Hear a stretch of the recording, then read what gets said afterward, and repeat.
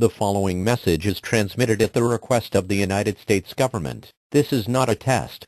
A nuclear attack was commenced against the United States. 15 nuclear bombs have detonated in several areas across the country. They include Baltimore, Boston, Chicago, Denver, Detroit, Los Angeles, Las Vegas, New York, Pennsylvania, Portland, Maine, Portland, Oregon, San Francisco, San Diego, Seattle, and Washington, D.C. At this time, all residents within a 400-mile radius of these areas should seek a fallout shelter. Fallout is a product of nuclear attacks. Prolonged exposure to fallout will result in certain death. If there is a nearby location that has been designated as a fallout shelter, go there now. Otherwise, seek shelter in the interior part of a strong building on the lowest floor. Make sure you have food, water, and a battery-powered radio with you. Do not exit the fallout shelter until the all-clear has been given. Tune to a station that is serving your area for more information. The President will be speaking on all stations shortly. Stand by for this message.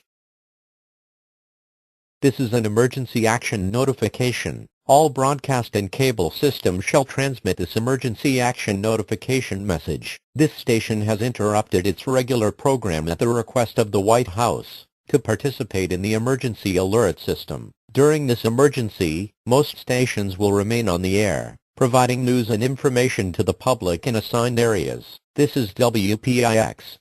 We will continue to serve the New York City area. If you are not in this local area, you should tune to stations providing news and information for your local area. You are listening to the emergency alert system serving the New York City area. Do not use your telephone. The telephone lines should be kept open for emergency use. The emergency alert system has been activated.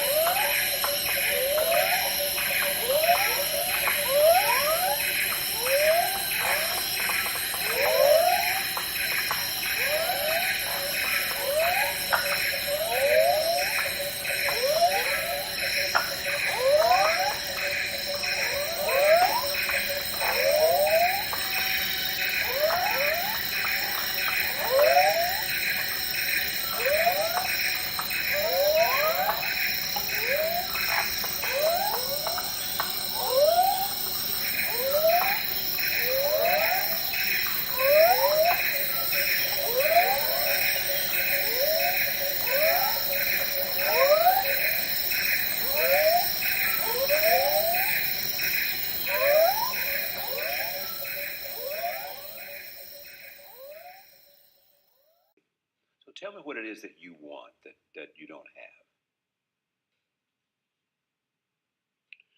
Well, I'd like to be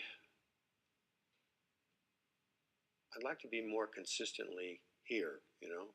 I'd like to really get on I'd like to just, and I know it's not probably ever maybe possible, but because it's so improbable and so impossible, I'd just like to really see how long I could last as being really here, you know, really in it, really alive in the moment, you know. and you see people. I like to live to be old, you know. So I think I have a chance. That'd be my only chance. It's like, you know, a golfer wants to shoot his age. I better live to be 100 because that's my only shot, right? No. So That's one of my great dreams too. But go ahead. So you want? So I'd like to just be more here all the time, and I'd like to see what I could get done, what I could do if I really didn't cloud myself with automatic, you know, if I were able to not get distracted, to not change channels in my mind and body, you know. So I were just, you know, I'm my own channel, you know. I was just really here and always with you, you know. That you could look at me and go, okay, he's there, you know. There's someone there, and I could, you know, how it is when you look in the mirror. You don't think about it, but you look in the mirror and you go, oh, sure, there's that guy, you know, and you catch yourself like what you were, the state you were in when you looked in the mirror, you know, and then you can make a face and kind of toughen yourself up or handsome yourself up or whatever you do. But when you catch yourself in that mirror, you see the state you're in, you know, are you happy? Are you sad? Are you confident? Are you rosy? Are you beleaguered? Are you here? You know, and most of the time you're not. You're just like, oh. It's almost like you want to look away because it's like, that's not me there. That's what I'm doing right now, but that's not necessarily me. What's necessary for you to get there? Well, it's all contained in your body, you know, everything you got, you know, your mind, your spirit, your soul, your emotions, it's all contained in your body. All the prospects, all the chances you ever have. I keep thinking of this Clint Eastwood line. You kill a man, you kill every opportunity he ever had. I think I don't know which movie that's from, but it's a good one. It's a really good That's line. a really good line. You kill every opportunity you ever had. Every chance that guy ever had. You know, and I often think about lives and say, what might have happened if that person had lived? Right. Like we think about, I mean, Belushi, just a week ago, it was like, God, he's been dead as long as he's been alive now. He's been dead now as long as he was alive. And you think, that's a funny sand dial to put in front of yourself, you know, to flip that thing over and it's done.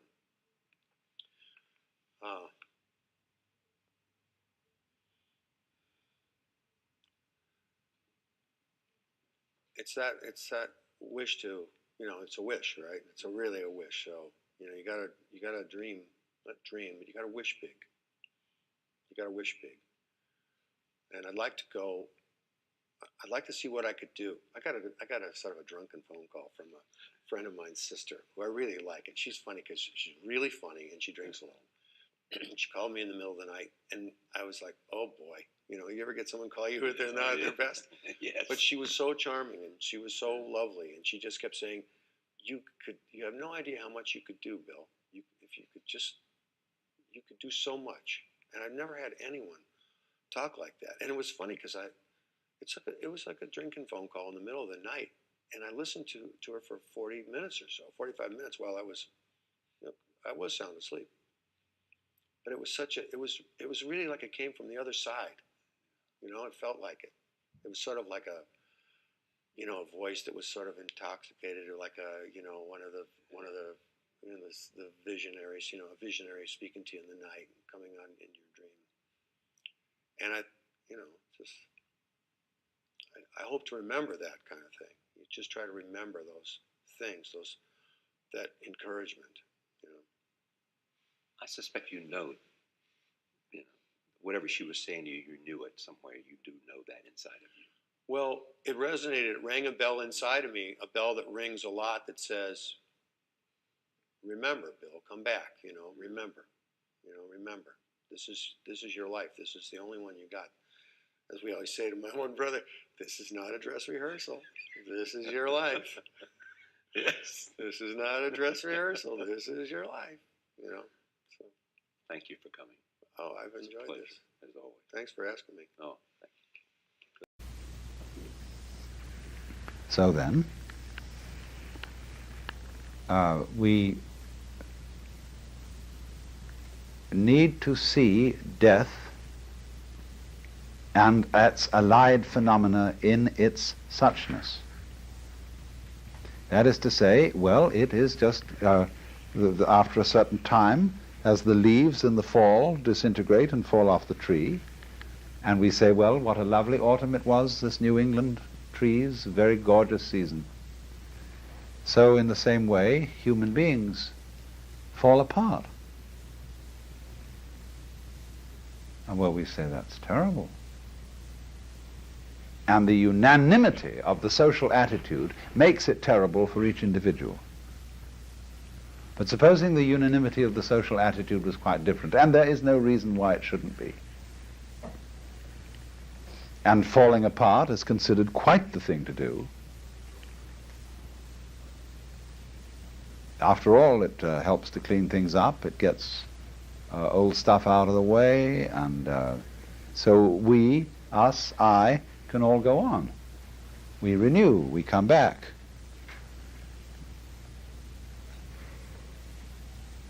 And so the whole thing, you see, is this. You can't suddenly switch from death as an awful horror to death as a great event. You have to go through a certain intermediate point where you have to see it just as that. This is very useful in getting yourself accustomed to all kinds of queer things. There was a woman who was a good friend of mine who moved into the country and found her house was full of black widow spiders. Well, she was horrified.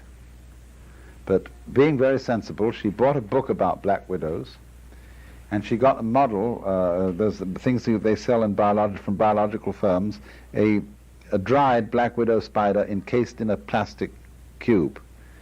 And she got a magnifying glass, and she studied this thing.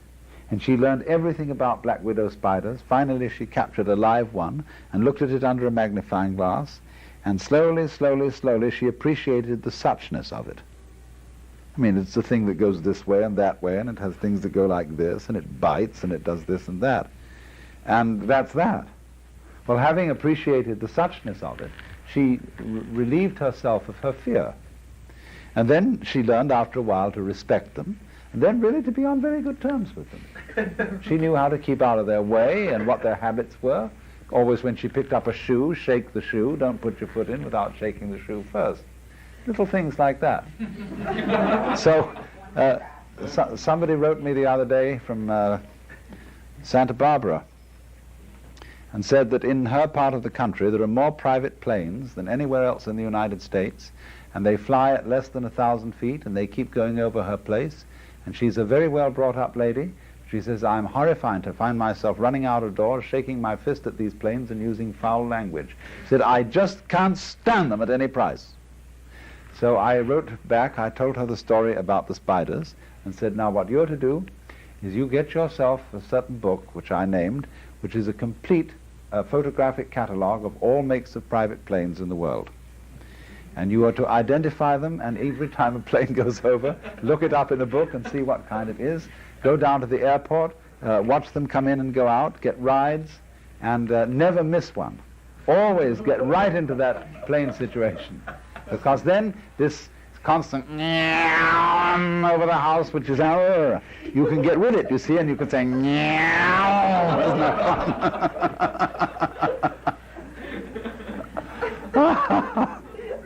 fun? People hate drumming.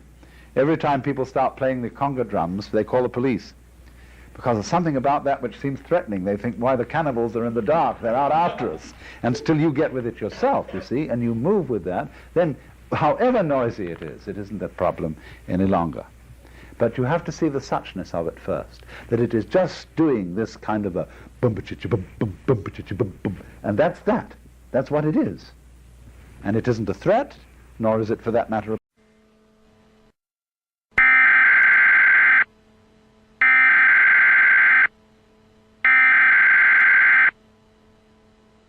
We interrupt this program. This is a national emergency. Important instructions will follow.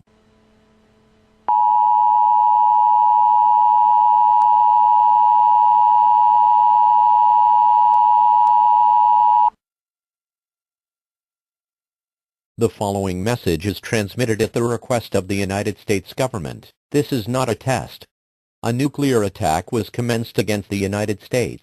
15 nuclear bombs have detonated in several areas across the country. They include Baltimore, Boston, Chicago, Denver, Detroit, Los Angeles, Las Vegas, New York, Pennsylvania, Portland, Maine, Portland, Oregon, San Francisco, San Diego, Seattle, and Washington, D.C. At this time, all residents within a 400-mile radius of these areas should seek a fallout shelter. Fallout is a product of nuclear attacks. Prolonged exposure to fallout will result in certain death. If there is a nearby location that has been designated as a fallout shelter, go there now. Otherwise, seek shelter in the interior part of a strong building on the lowest floor. Make sure you have food, water, and a battery-powered radio with you. Do not exit the fallout shelter until the all clear has been given. Tune to a station that is serving your area for more information. The President will be speaking on all stations shortly. Stand by for this message. This is an emergency action notification. All broadcast and cable systems shall transmit this emergency action notification message. This station has interrupted its regular program at the request of the White House to participate in the emergency alert system. During this emergency, most stations will remain on the air, providing news and information to the public in assigned areas. This is WPIX. We will continue to serve the New York City area. If you are not in this local area, you should tune to stations providing news and information for your local area. You are listening to the emergency alert system serving the New York City area. Do not use your telephone. The telephone lines should be kept open for emergency use. The emergency alert system has been activated.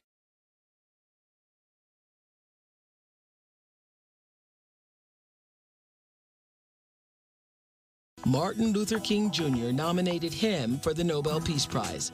Join me for a rare and enlightening conversation with the legendary author, peace activist, and Buddhist monk, Thich Nhat Hanh. I wanted a place for people to go every Sunday to wake up. Thought-provoking. Oh, you couldn't have said that better. Eye-opening and inspiring. This is my favorite thing to talk about. This will lift you right on up. It's food for your soul. Every single Sunday.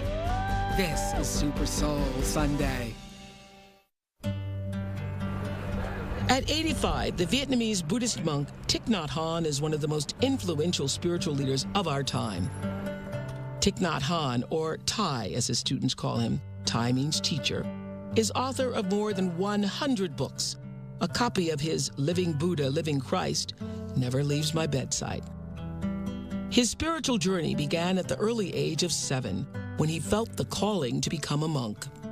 But this monastic has always been active on the world stage.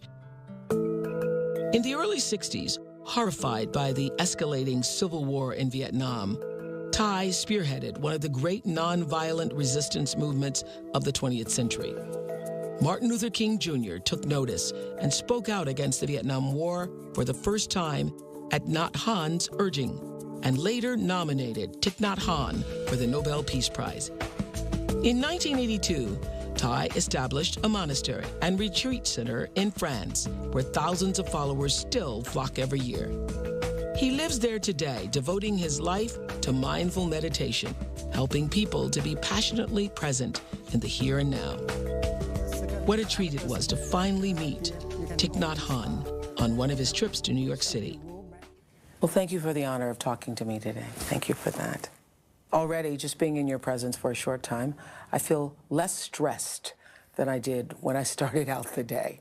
Less stressed because you have such a peaceful aura that follows you and that you carry with yourself.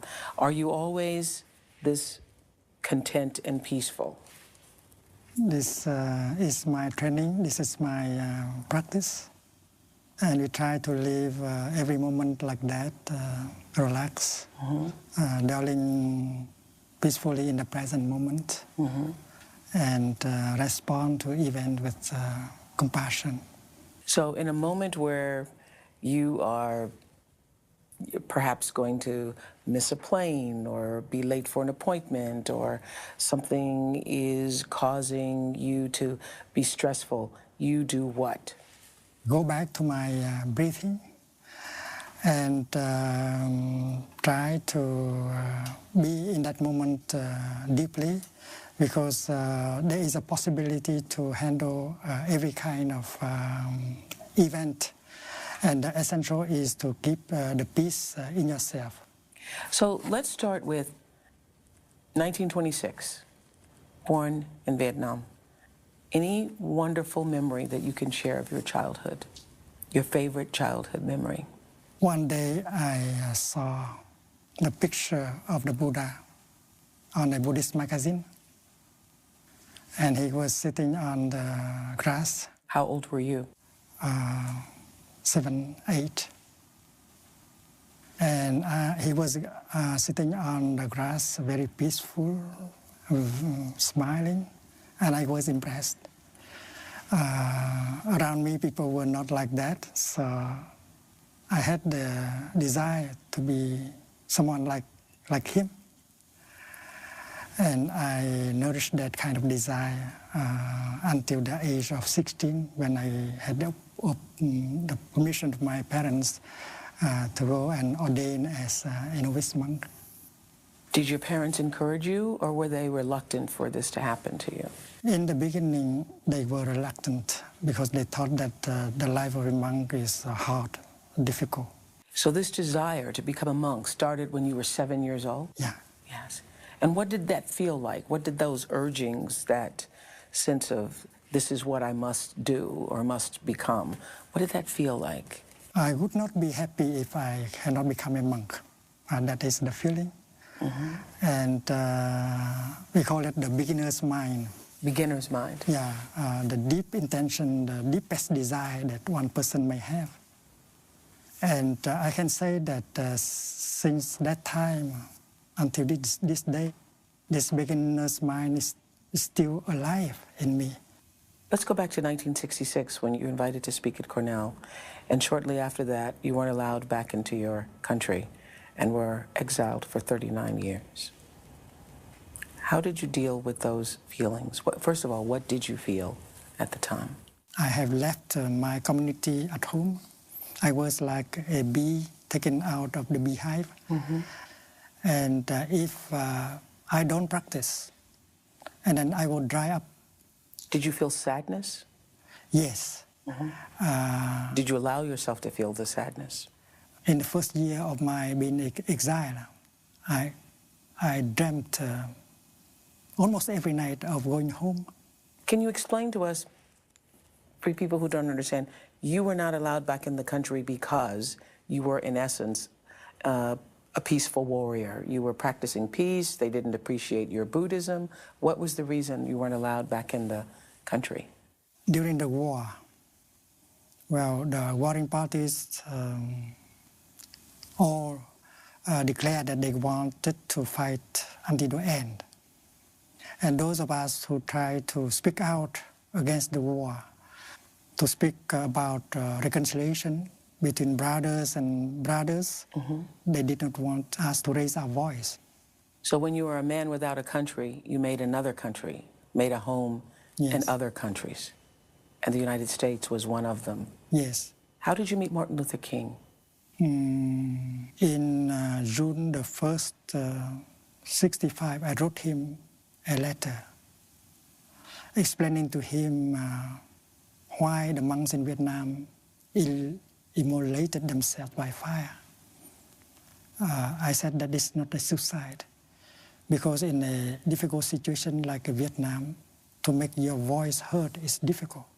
So sometimes we have to burn ourselves alive in order for our voice to be heard around. So that is out of compassion that you do that. That's the act of love and not of despair. And Jesus Christ died in the same spirit, out of love. Being hung on the cross. And exactly 1 year after, June the 1st, 66, I met him in Chicago.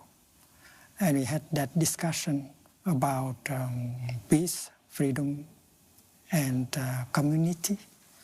And we agreed that without a community, we cannot go very far. How long was the discussion with him? 45 minutes or so. And after that, there was a press conference, and he came out very strongly against the war in Vietnam. Do you think that that was a result of your conversation with him? I believe so. And after that, we continue our work. And the last time I met him was in Geneva during a peace conference called Passem Interis. There's an interesting story from that I heard, that you were running late. Can you tell me that story? Martin Luther King invited me up for breakfast to talk over these issues again. And I was caught in a press conference downstairs. I came late. He kept the breakfast warm for me. And during the conversation, I was able to tell him that the people in Vietnam call him a bodhisattva, enlightened being, because of what he was doing for his people, his country, for the world. And the fact that he was doing it non-violently. Yes, that is the work of a bodhisattva, of a Buddha, of an enlightened person, always with compassion and non-violence. And when I heard of his assassination, I could not believe it. I thought that the American people have produced king, but are not capable of preserving him. I was a little bit angry at that time. I did not eat, I did not sleep. But my determination to continue the work, building the beloved community, continues always. Always. Yes. Coming up, solving world problems with compassion. That is the best way, the only way to remove terrorism. Terrorism, or even difficulties between yourself and family members or friends. Super Soul Sunday will return in a moment.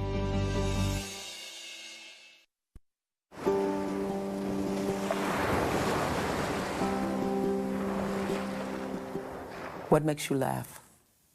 Anything that can help us laugh. If you talk to our young monastics, you'll find out. You laugh? Do you laugh a lot? Yes, we laugh, we smile a lot in our community. You refer to, I can't remember which book, but you talk about deep listening also. Deep listening is the kind of listening that can help relieve the suffering of the other person. You can call it compassionate listening.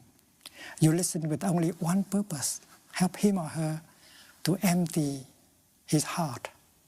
And if you remember that you are helping him or her to suffer less, and then even if he say things full of wrong perceptions, full of bitterness, you are still capable to continue to listen with compassion. Because you know that listening like that, with compassion, you give him or her a chance to suffer less. If you want to help him or her to correct his perception, and then you wait for another time, but for this, the time being, you just listen with compassion and help him or her to suffer less. And 1 hour like that can bring transformation and healing. So I love this idea of deep listening, because oftentimes when someone comes to you and they want to really vent, they want to purge whatever is going on inside them, people start talking and giving advice. So if you allow the person just to let whatever those feelings are to come out, and then at another time come back to them with your advice or your comments, you would experience a deeper healing. That's what you're saying. Yes, the fear, the anger, and the despair is born on the ground of wrong perception. And we have wrong perceptions concerning ourselves and the other person. And that is the foundation for conflict and war and violence. You've said that the only way we can begin to end war is due to communication between people. Yes. And we should be able to say like this: dear friends, dear people, I know that you suffer a lot. I have not understood enough of your difficulties and suffering. It's not our intention to make you suffer more. It is the opposite. So please tell us about your suffering, your difficulties. I'm eager to learn, to understand. You have to start like that, loving speech. And if you are honest, if you are true, they will open their heart and tell us. And then we practice compassionate, deep listening. And during the process of deep listening, we can learn so much about our own perception and their perceptions. Mm-hmm. And that is the best way, the only way to remove terrorism. Terrorism or even difficulties between yourself and yes. family members or friends. Yes. And the principle is the same no matter the conflict. Yes. Terrorists, anti-terrorists, yes. father and son, right. yourself and your boss, right. yourself and your children, your best friend. Yes. Is there ever a place for anger? Anger is the energy which people use in order to act. But when you are angry, you are not lucid. And you might do wrong things. That is why compassion is a better energy. And the energy of compassion is very strong. In our country and in other parts of the world, we're suffering an economic or experiencing an economic downturn. A lot of people have lost their jobs, and because of the loss of their jobs, they feel a sense of suffering. There are other people who have said that this economic downturn, particularly in the United States, was needed to bring a sense of awareness to the materialism and the overspending and the excessiveness of our culture. How do you view the economic downturn? I think we can learn, we can always learn from our suffering. In the ash of suffering, a phoenix can be born. And that is why mindfulness helps us to look deeply into the difficulty, the suffering we have, and many positive will come out of that. It depends on our way of responding to the event. There are ways that can bring more suffering, that there are ways that can bring relief right away and hope, and it depends on our mind. And that is why mindfulness and concentration can help tremendously in bringing insight. You've said in one of your most popular books, Living Buddha, Living Christ. What do you see the similarities between Buddha and Christ? Jesus Christ is a Buddha of the West. And his teaching is also about understanding and compassion. In the gospel, there is also the teaching of living happily in the present moment. Yes. In the gospel, according to Matthew, he said that don't worry about tomorrow. Tomorrow will take care of itself. Yes. It's very clear. And give us the bread of today. We care about today, we live today. And if we know how to handle the present moment, we don't have to worry much about the future. If the present moment has peace and joy and happiness, and then the future will have also. When we return, mindful living in relationships, the 4 little mantras that can make a big difference. The first mantra is, darling, I'm here for you. That's a lovely mantra, darling, I'm here for you. And get ready to say cheese. Soul Pancake proves joy is contagious. We'll be right back.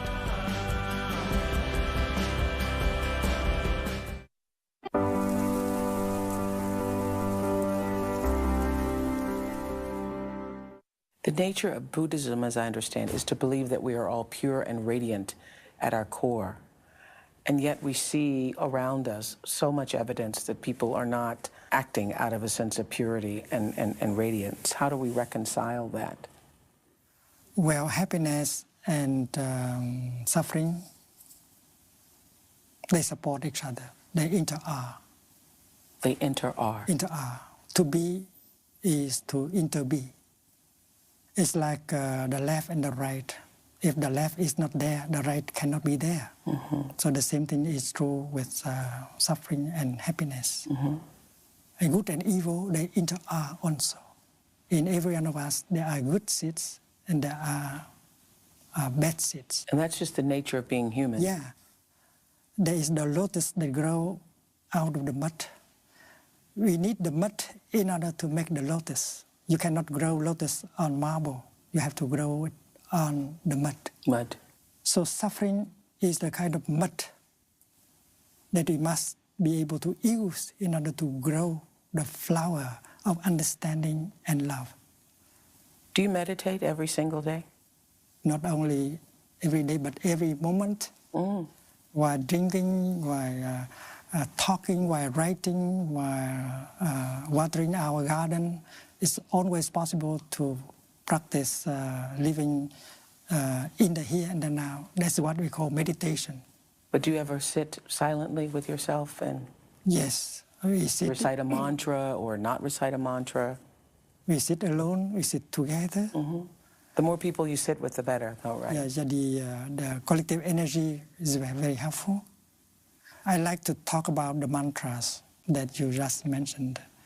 The first mantra is, darling, I'm here for you. When you love someone, the best thing you can offer him or her is your presence. How can you love if you are not there? That's a lovely mantra. Darling, I'm here for you. And you look into his eyes and you say, darling, you know something? I'm here for you. You offer him or her your presence.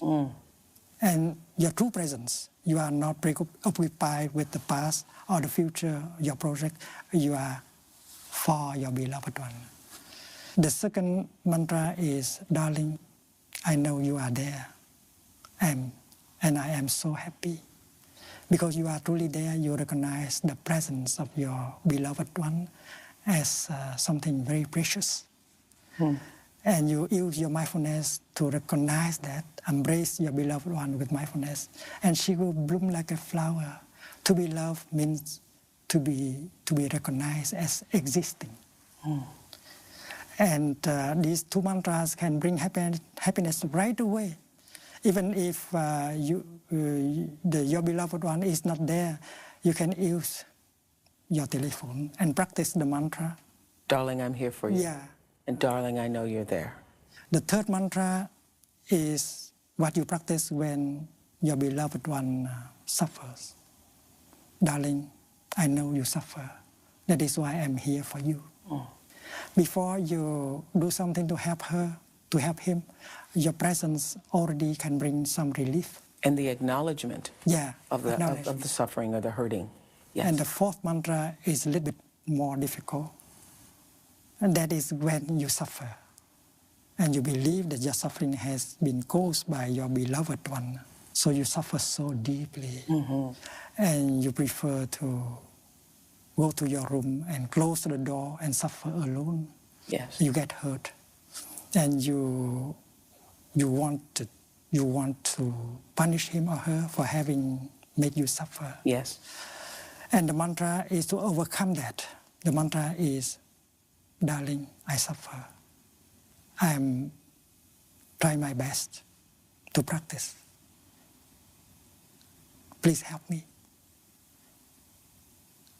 You go to him, you go to her and practice that. And if you can bring yourself to say that mantra, you suffer less right away. Darling, I suffer. Please help. There is nothing, basically. I mean it quite literally. But then how do things emerge? Here, I feel a kind of spontaneous affinity with quantum physics, where, you know, the idea there is that universe is a void, but a kind of a positively charged void. And then particular things appear when the balance of the void is disturbed. And I like this idea spontaneously very much, that the fact that it's not just nothing, things are out there. It means something went terribly wrong. That what we call creation is a kind of a cosmic imbalance, cosmic catastrophe, that things exist by mistake. And I'm even ready to go to the end and to claim that the only way to counteract it is to assume the mistake and go to the end. And we have a name for this. It's called love. Isn't love precisely this kind of a cosmic imbalance? I was always disgusted with this notion of I love the world, universal love. I don't like the world. I don't know how I'm somewhere in between. I hate the world or I'm indifferent towards it. But the whole of reality, it's just it. It's stupid. It is out there. I don't care about it. Love for me is an extremely violent act. Love is not I love you all. Love means I pick out something and it's, you know, it's again this structure of imbalance. Even if this something is just a small detail, a fragile individual person, I say I love you more than anything else. In this quite formal sense, love.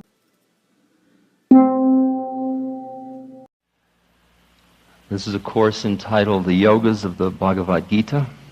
It is a course on a Hindu text taught by a Jew in a Buddhist university.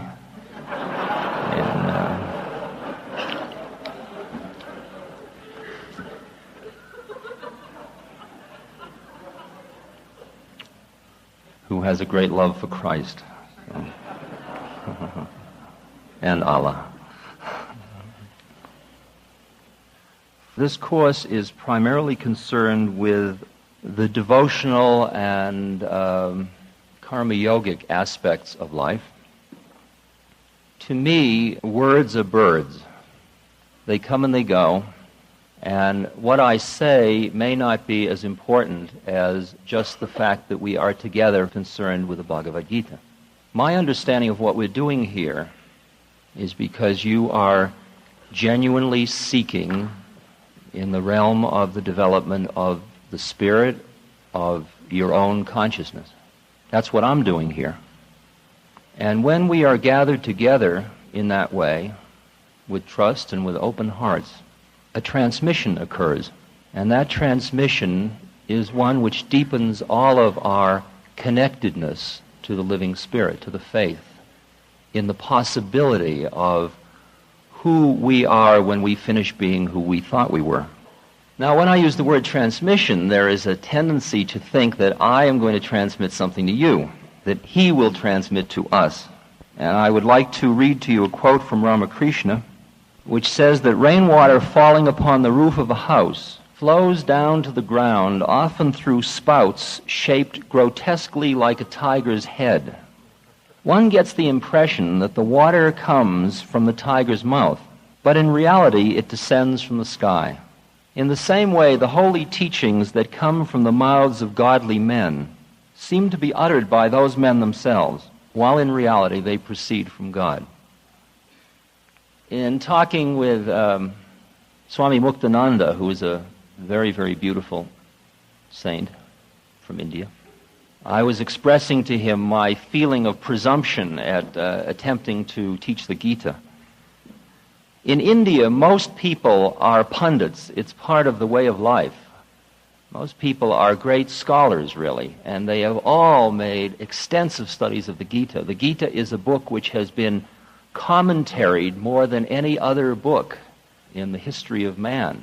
And often I've gotten into long philosophical discussions about the Gita with the railway conductor or the sweeper, because in everybody's spare time, or when they're finished with the spare thing of doing their regular work, they're doing the important work, which is studying the Gita or the Ramayana. And so I was telling Swami Muktananda that I thought it was a little presumptuous for me, because I'm not a Sanskrit scholar, and I'm really not a great intellect about the Gita either. And he told me this story. Krishna, as you may or may not know, I'll tell you a little bit about Krishna soon, but Krishna, at one stage of his incarnation as an avatar, was this beautiful young blue boy. And there was a great student of the Gita, an old man, and his wife, and he was so intent upon studying the Gita that he had stopped doing all of his work. He wouldn't do anything. And they were going without food, and his wife was being very harsh on him, saying, you have a duty to go out and bring his food for the family, at least 1 or 2 meals a day. But he wouldn't listen. He'd just go off into the woods and study the Gita. And she kept pressing him and hounding and hounding and pressing. And she was making his life quite difficult, but he would escape to the woods to study the Gita every day. she screaming at him as he left. And this one day he went out into the woods and he sat studying the Gita, and he came across a line in the Gita which said, "If you offer all of your devotion to me," says Krishna, "you need worry about nothing in the world. It'll all be taken care of." And he thought, well, isn't that a peculiar line? I mean, here I'm totally devoted to the Gita, to Krishna, and here's my wife all freaked. Yet it says right here that if I am devoted to the Gita, everything will be taken care of. Why isn't everything being taken care of? Okay. Okay. At which point he underlined that sentence because he wasn't sure about it.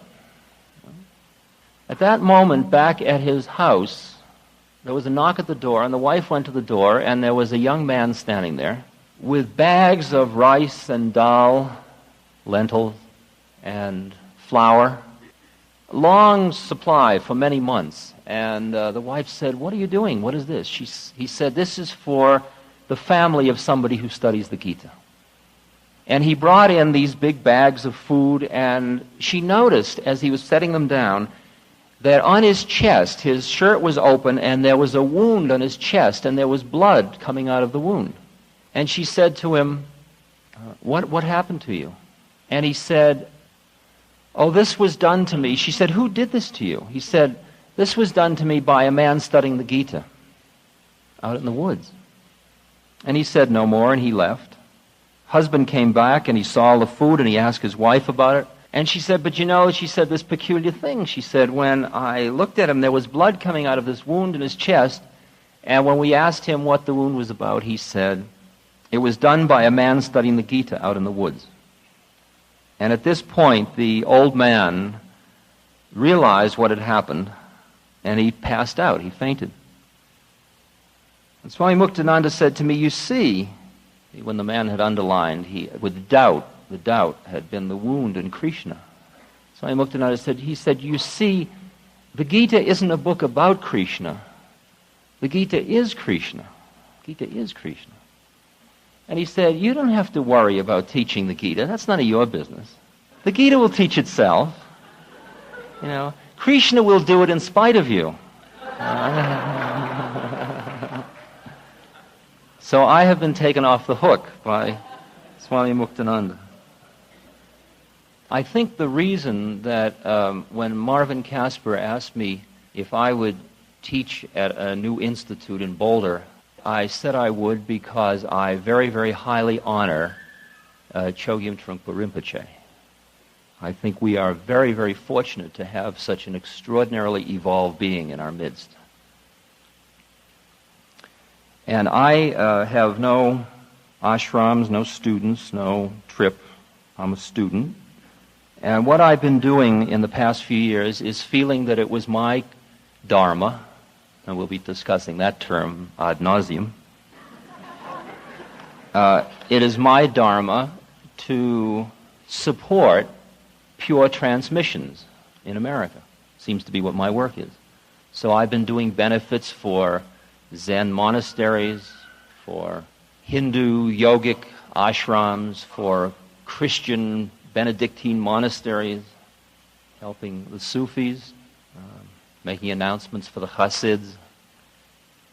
Because it seems to me that rather than everybody necessarily coming together in big holy man jams to become all one right away, it would be best for us to honor the purity of these transmissions and let the amalgam or the bubbling together or the soup be cooked inside each pilgrim, each one of us, rather than having the outer thing become all one a little too soon. I think the horror show about tradition that we are all coming out from under is likely the thing that happened in India at great length, at great extent, which was the attachment to the rituals and the ceremonies as ends in themselves in a mechanical, ritualistic, priestcraft way with the living spirit gone from them. And that's roughly what happened to the Christian church as opposed to the living Christ. And I think that one of our processes now is to be sophisticated enough not to thoroughly throw out the baby with the bath, A lot of us have come through throwing over one tradition after another. We've thrown over sexual traditions in this culture. We've thrown over economic and working conditions. We've thrown over social relations, marriage, communal family, all kinds of political ones. And in most cases, that's come out of, in large part, a healthy awakening to the deadness of existing structures. In other cases, it's come out of our own rebelliousness. But somehow we've gotten a little bit lost in thinking traditions per se are bad. One of the things that has turned me on a lot is I've gone to a lot of traditional religious ceremonies in both the East and the West. And you go into a church, and what you often see is everybody going through this ritual as if they were doing their shopping list at the supermarket. They're singing songs about Christ on the cross, but nothing's happening. And I listen to the words of the songs, and I look at the ceremony and the ritual, and it's all came out of the living spirit originally, but it got lost in the shuffle, and now it's just this mechanical stuff. But as I come back to it with eyes that are tuned to other planes of consciousness, and when I center enough and don't get lost in the reactiveness to the situation of, oh, this is a drag, suddenly there it all is, the living spirit again. And I think that what a gathering of this nature is about is partly we are all being prepared. We are all being prepared to serve in the capacity of reinvesting a society with the living spirit. And that comes through our becoming it, because the only thing you transmit from one human being to another is your being. All the fancy words aren't going to mean a damn thing. Now, why, when he said, what would you like to teach, I said the yoga of the Bhagavad Gita, or the yogas of the Bhagavad Gita. Well, the first reason, I think, and the most profound reason, is because of my guru. If there are two books which most characterize the quality of the transmission that I received from Maharaji, from my guru, who's now left his body, those two books are the Ramayana, Tulsidasa's Ramayana, and the Bhagavad Gita. Part of my way of sharing with other people the grace of whatever happened to me in relation to this being in India is by using vehicles like the Gita and the Ramayana. Because although Maharaji never talked to me specifically, or maybe once or twice, about the Gita, when I study the Gita and look at the things he said to me, they always turn out to be the same stuff. So I can feel the parallels there. And the other part of teaching the Gita is the honoring of a tradition. That I come out of the West as an intellectual, social, political Jew, and I go to India, and through a tradition, taken into a temple, and through puja and kirtan and mantra and Guru Kripa and the satsang, I am opened to a great extent through this vehicle of this tradition. That opening in that tradition opens me in a way where then the next thing I start to study is the New Testament, which I never read, being a good Jew. And as I read the New Testament, I suddenly meet the living Christ. And now slowly, you always come back to the original place last, perhaps. I'm beginning to get the joy and beauty out of the Hasid tradition, Judaism. There are a number of stages in the evolution of consciousness, a number of stages in the awakening process. Some of these stages are characterized in the Gita as you trace Arjuna's awakening through the 18 chapters.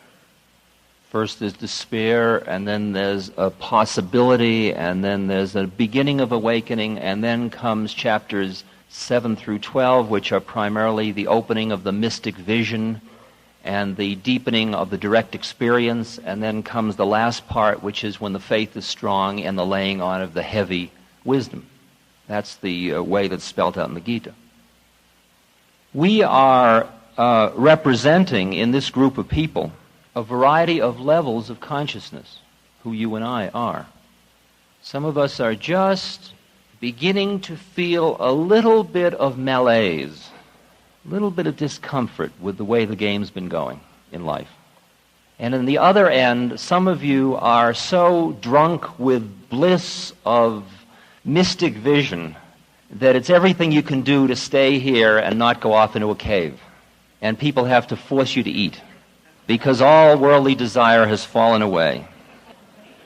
Some of you laugh cynically, some of you laugh knowingly, you see? That's differences in the stage. I'm going to read you a series of quotations about stages so you can get a feeling of what the range of the dance is.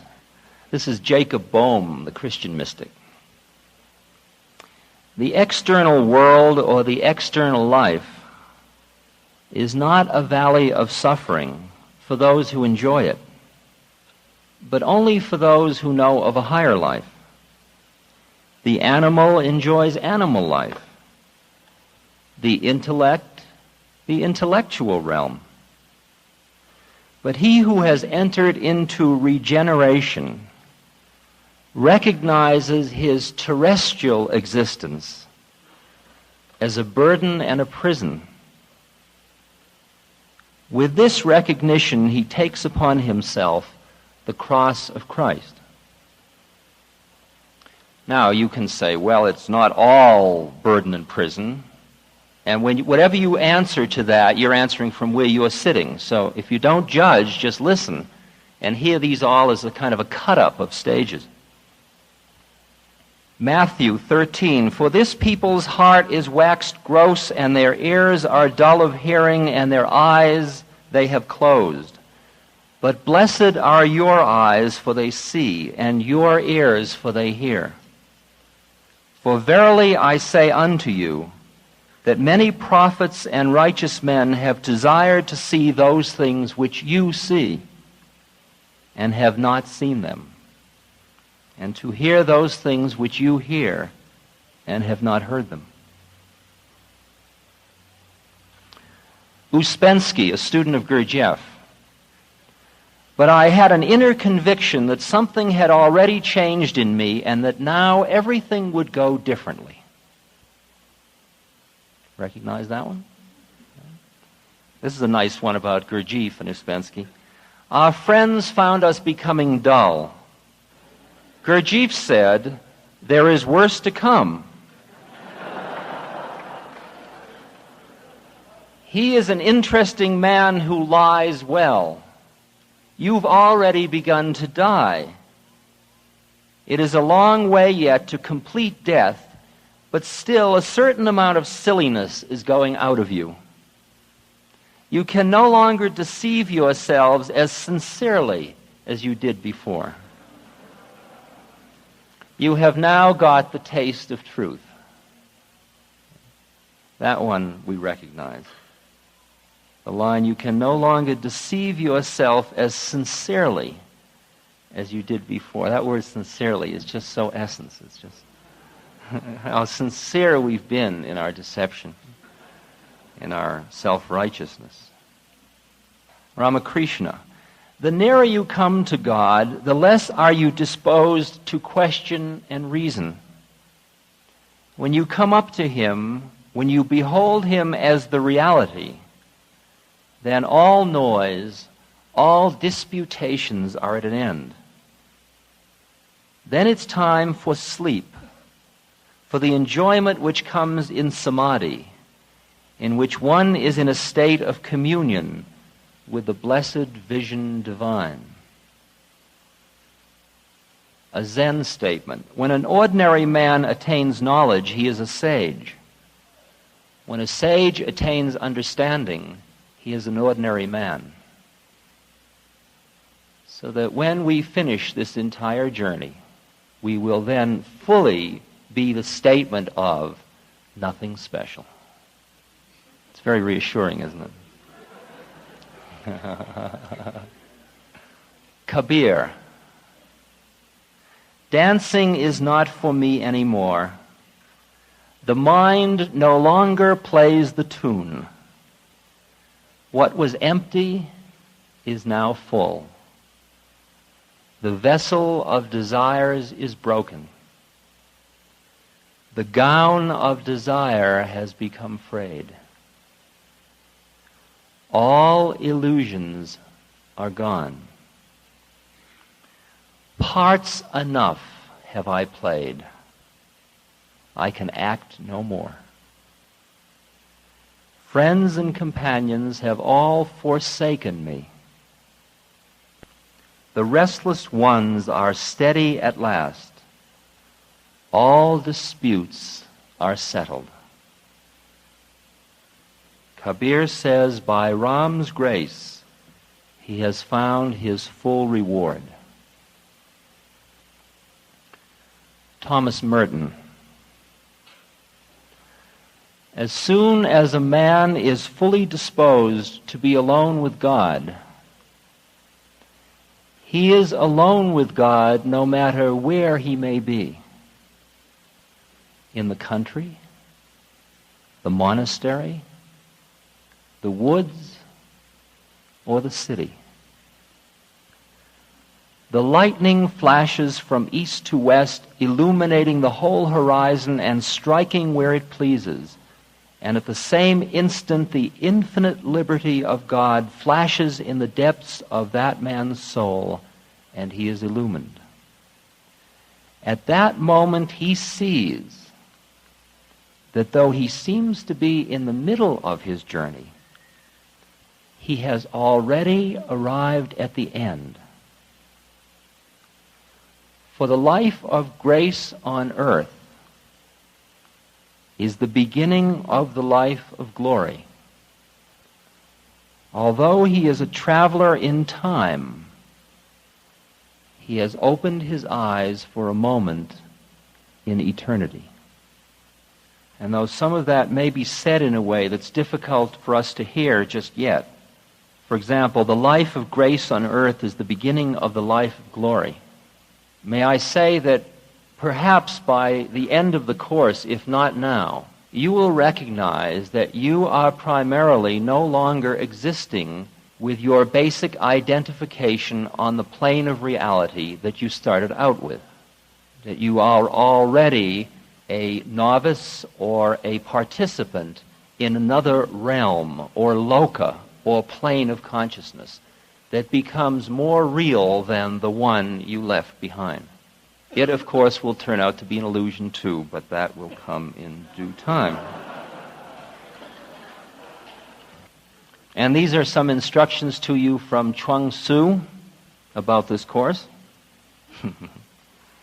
Pass directly. Don't listen with your ears. Listen with your mind. No, don't listen with your mind. Listen with your spirit. Listening stops with the ears. The mind stops with recognition.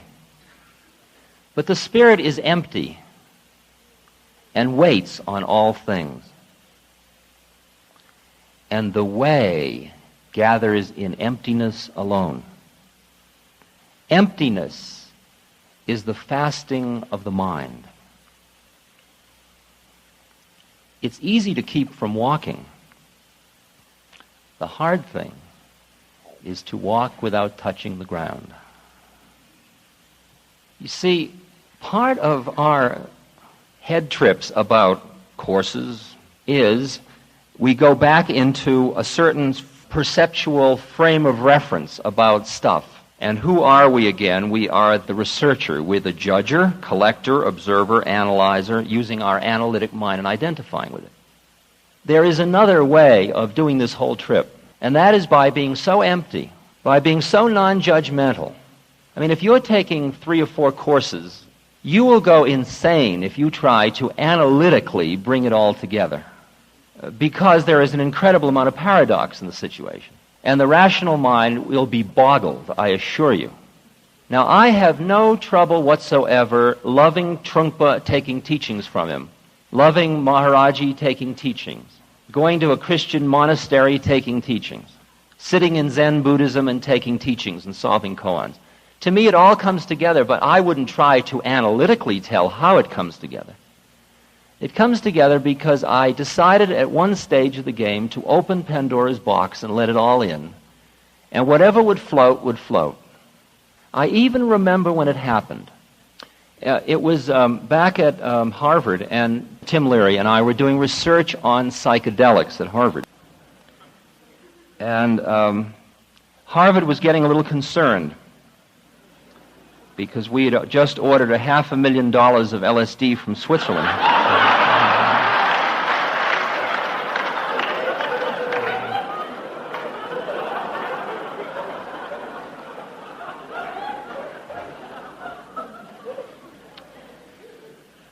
And they set up a watchdog committee, which was unheard of for faculty members to watch over each other. But it was getting pretty desperate. And we couldn't, I was on that committee with other men, and we couldn't agree on anything. And so finally, some of the faculty had a public meeting in order to put down our work. And the thrust of the meeting was that we were not scientific, mainly because we were ingesting these chemicals ourselves. And how could you be a scientist when you were changing your perceptual viewpoint in the midst of your observing study? Now, there is a very rich tradition in psychology called introspectionism, but that's in very low repute because of the takeover of behaviorism. And in behaviorism, everything must be publicly reproduced. It bought physics as a model for human study, and therefore rejected all inner experience other than what could be said outwardly and written down and then studied as the written material, not as what would happen inside. And Timothy took the stand, I am a scientist, you people don't understand what science is. And Timothy happens to be a damn good philosopher of science, and I think he had a very good argument. And he protested that they were persecuting science because of their own position. I was experiencing being caught in the middle of the situation that the most powerful things that had ever happened to me were happening to me through every Saturday night. And that somehow that was more real to me than what I was doing teaching Freudian psychodynamics on Monday, Wednesday, and Friday. And I was not sure that I could bring that stuff together at that point, and I took the stance quite different from Timothy. I said, you're absolutely right, gentlemen and ladies. I am no longer a scientist. Turning in my badge, from now on I should be considered a datum. I'm data. And you may study me to see what happened to him who did that in the 60s, right? Too bad about poor Dick, that one, right? And you can study, and you can be the scientist. You can have the role. I give it up. He dwells for innumerable years in the heaven of those who did good.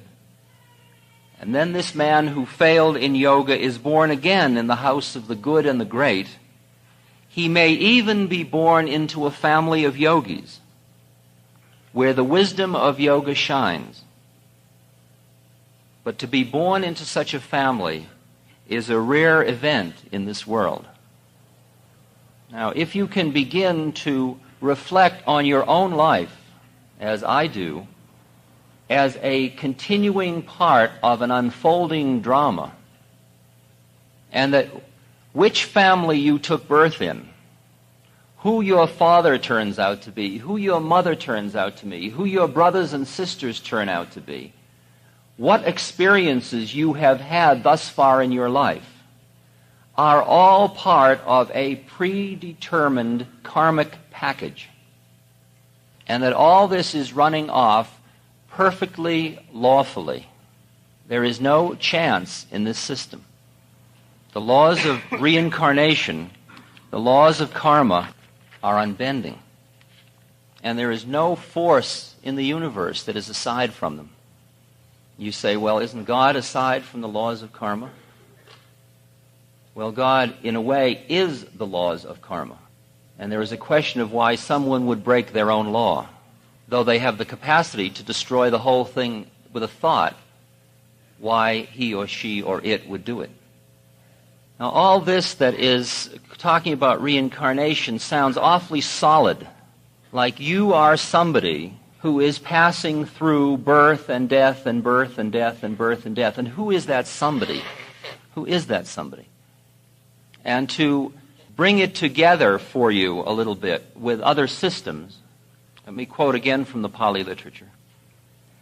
There are no real ego entities hastening through the ocean of rebirth, but merely life waves, which according to their nature and activities manifest themselves here as men, there as animals, and elsewhere as invisible things.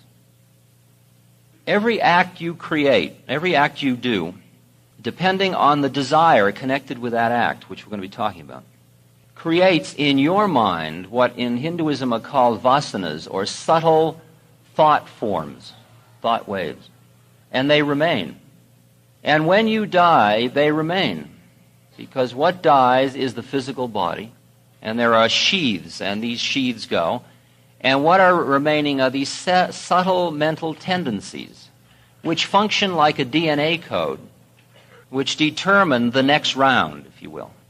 And as you meditate more deeply, you will begin to see your own mind coming into existence, existing and dying, coming into existence, existing and dying, coming into existence, existing and dying.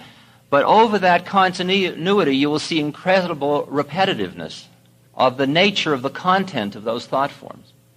It's interesting, the question is, if you create karma now and then you're born again, are you the same person that's reaping the karma who sowed it? And it's much like if you take a candle and light another candle, is it the same flame?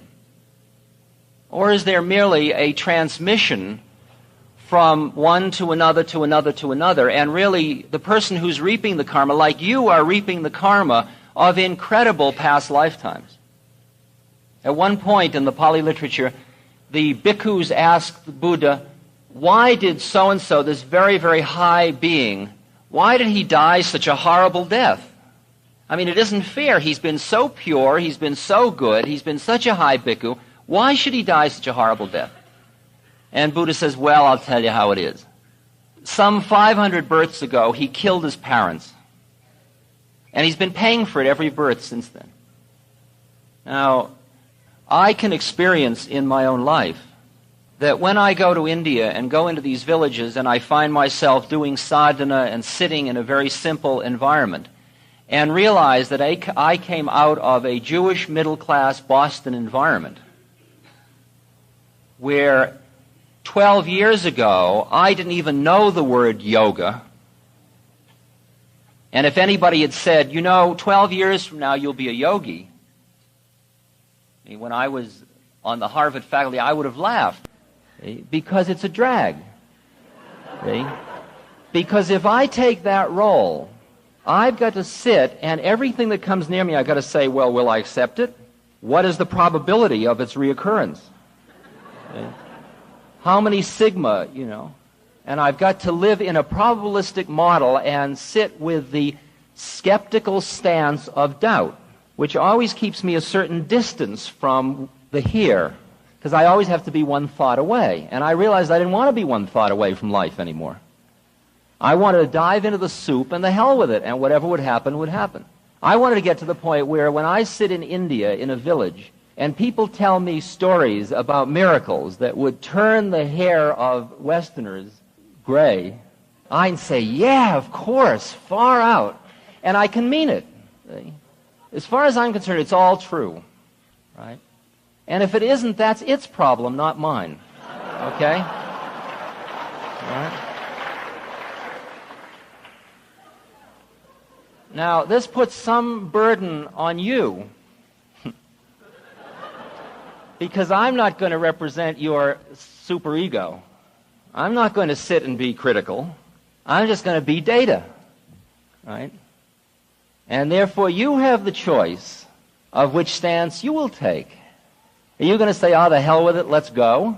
Or are you going to say, well, I'll watch and keep an open mind? It was like, well, to show how many incarnations you can cram into one lifetime, let me say that at Harvard, I was a member of a junta a group of young Turks in the social relations department who were trying to toughen up the department by more statistics requirements and experimental methodology. Right? And at that time, when parapsychological phenomena occurred, I would say, very interesting. We certainly must keep an open mind. Okay? That was my professional position. Then I started to take psychedelics, and all these things started to happen to me. And I said, I have ingested a psychotropic agent, and I am having a hallucination, and it's fascinating. Okay? And then, a lot like what Carl Jung does in Memories, Dreams, and Reflections, I said, fortunately, I can come back to my family and my home and to reality. See? That was another stage. Then, as time went on, it became less and less clear which one I was coming back to. And then, as I stopped worrying about that, which made you very edgy in terms of mental health, phenomena started to occur to me when I was not under a psychedelic. So I had no recourse to the fact that it hadn't happened to me, it had happened to somebody else. So I couldn't use the scientific one of very interesting, we must keep an open mind, because it just happened to me. Nor could I say, well, it was a psychotropic ingestion, this is a hallucination. So I was left without a defense. And there is a predicament about blessed are your eyes for they see, and your ears for they hear, that there are phenomena which we will be reflecting upon in this course, that are available to her or to him who has not veiled herself or himself from them through attachment to your own thought. All of it is available to everybody, but it depends on who you think you are as to whether or not it is available to you. And that's why the stance you take in the way you are responding to education has a lot to do with whether or not you can totally grok Tibetan Buddhism, whether you can grok the Gita. Those of you that aren't familiar with that term, it's from Robert Heinlein's Stranger in a Strange Land, and it means become one with, be consumed into.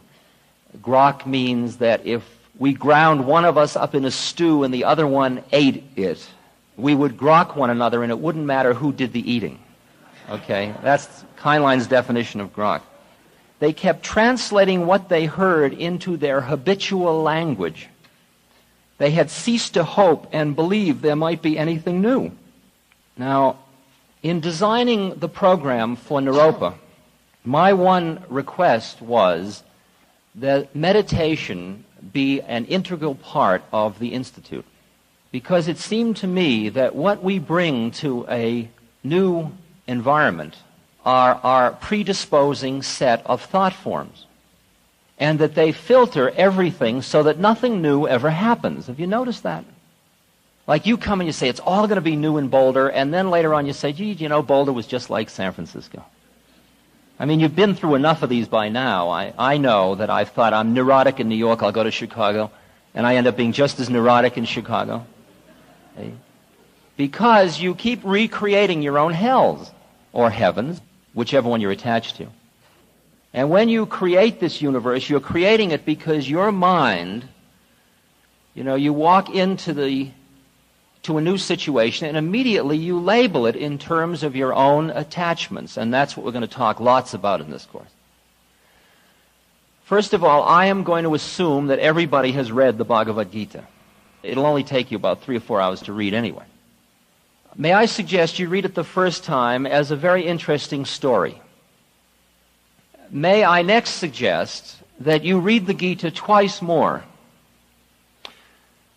The first time, after we have finished our discussion of the basic conflict that Arjuna finds himself in, and you have personalized that sufficiently to understand what the predicament is, that you read it identifying with Arjuna. That is, you read it as if you are in. That is, once you have realized what your own conflict is that gets you to itch enough to want to scratch to come to Boulder, right? Use that as the framework from which to read the thing and hear Krishna telling you how it is about your own battleground. And when you are ready, may I suggest a third reading of the Gita, in which you read it identifying with Krishna, because that, in fact, is who you truly are. Now, that will raise some interesting problems for you, because many of us have a difficult time thinking of ourselves as God. But don't let that upset you, because we have an exercise called contemplation, which suggests a way of approaching the study of the Gita, especially when you're doing this third reading where you're identifying with Krishna. Because you will read a line and you'll say to yourself, I never would have said that. See? But in fact, Krishna did say that. And we're opening ourselves to this book. So then you will sit down and you will take the line that you don't understand, and you will take the way you think it ought to be, and you will just sit with those two things. And you will sit with them. And you will sit with them. And you'll let your mind wander around it, and you'll come back to it. And you'll take the Gita shloka by shloka. Not every one of them. Sometimes you read a whole page and it'll be, oh yeah, sure, right on, I agree with that. And then you'll come to a line and say, what? You know, like I never would have said that. That's the one. That's the one, see? Just sit with it. Who's the I that would never have said that? See? Because these lines will show you where you're holding, where your stash is. See? This will show you where you, okay? You may end up underlying the Gita and stabbing Krishna in the heart. That's up to you. That's your problem, not mine, all right? But in the meantime, you will have the opportunity to work with this shloka by shloka as a contemplation exercise, and different things you can do as contemplation and stuff like that.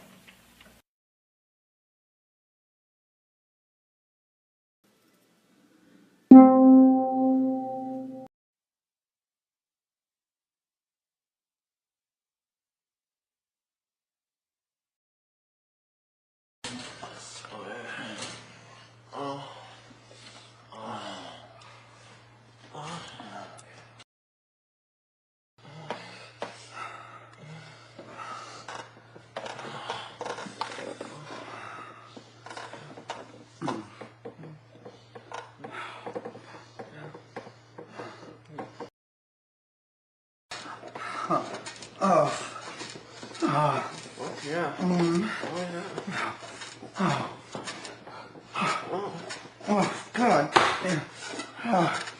Yeah, you let that cock your ass? Yeah? Yeah. Oh.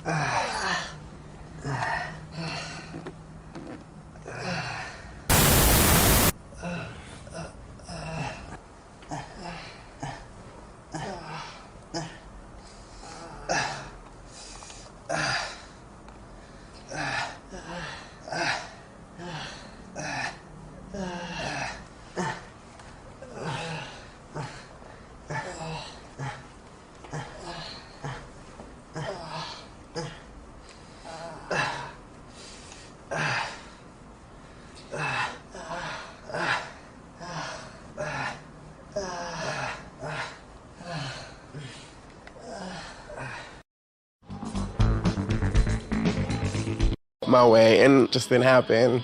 But life goes on. It's all good. My sensational six. The race to become America's next drag superstar is still wide open. Now remember, if you can't love yourself, how in the hell are you gonna love somebody else? Can I get an amen up in here? Amen. All right, now let the music play.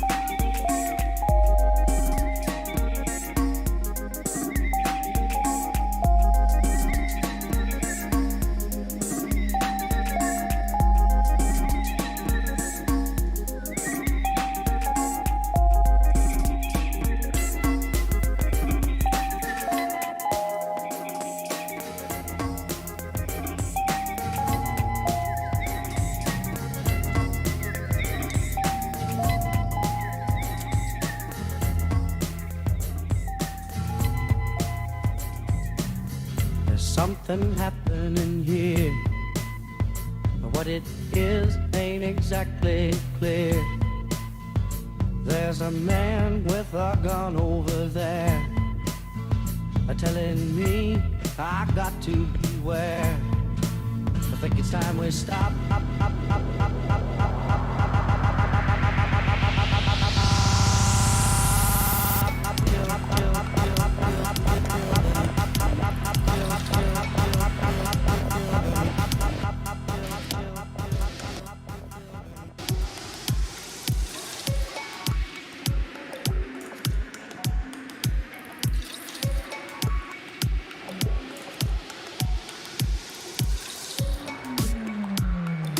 Technique of coming from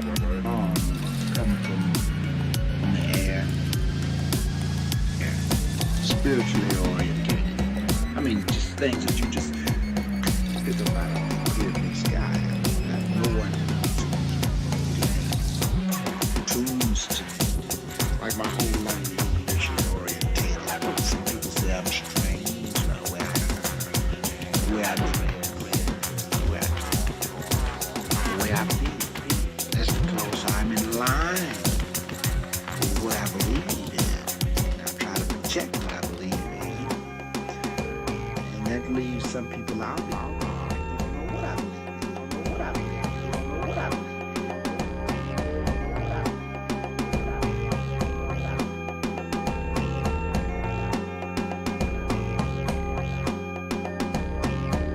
So, what I'm saying is, just that particular essence right there.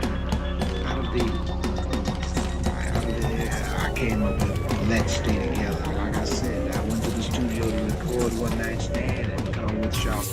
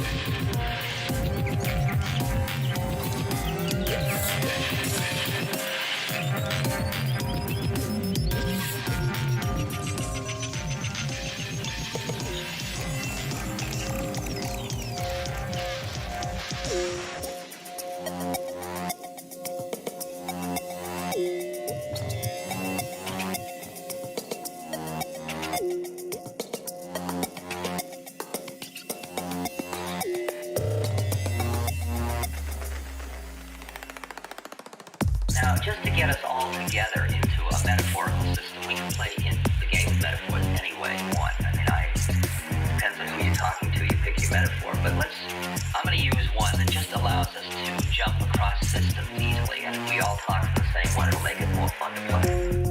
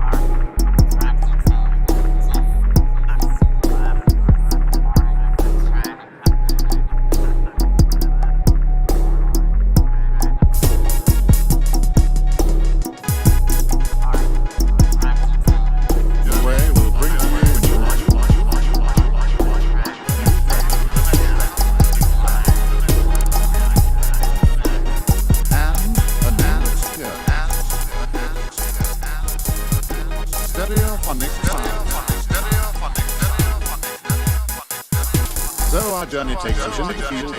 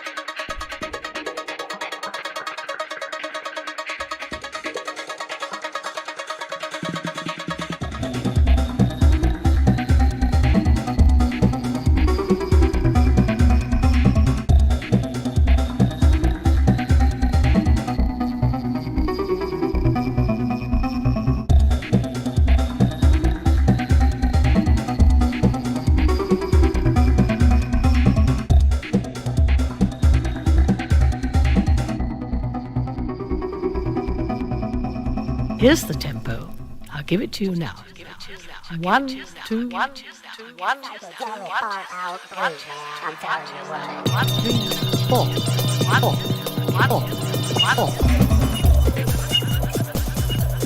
4.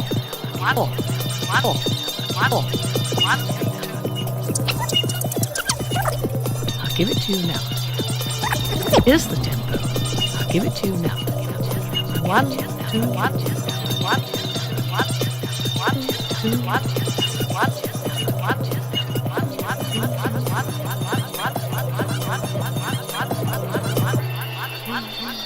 Well, man, I think I'm starting to feel it.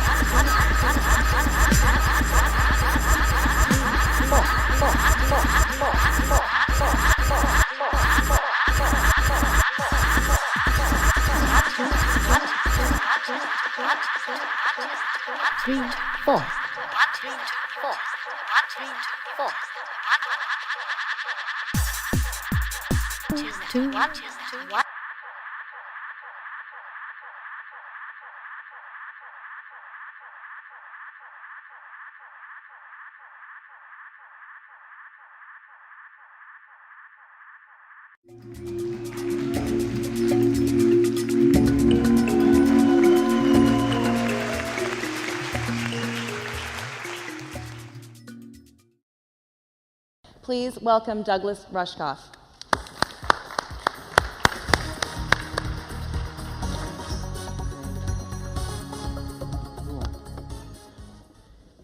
Thanks. I've got 18 minutes, 17:55, so I'm going to be brief.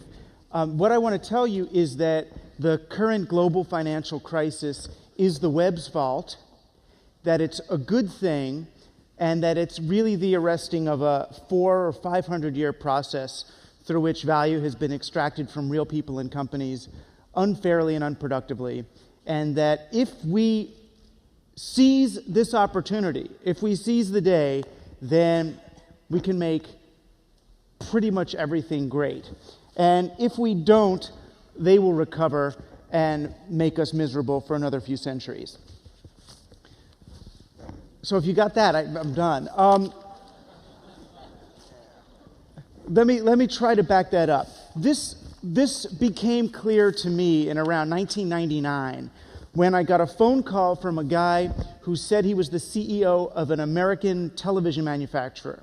And he wanted his company to develop a communication strategy that was less Saatchi and more Craigslist.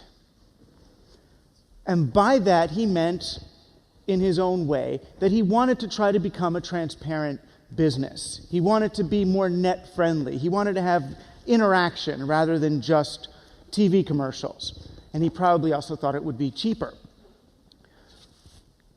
I asked him, I knew full well at that point that there were no longer any American television manufacturers in existence. So I kind of played with him on the phone a while, and I said, so do you actually make television sets?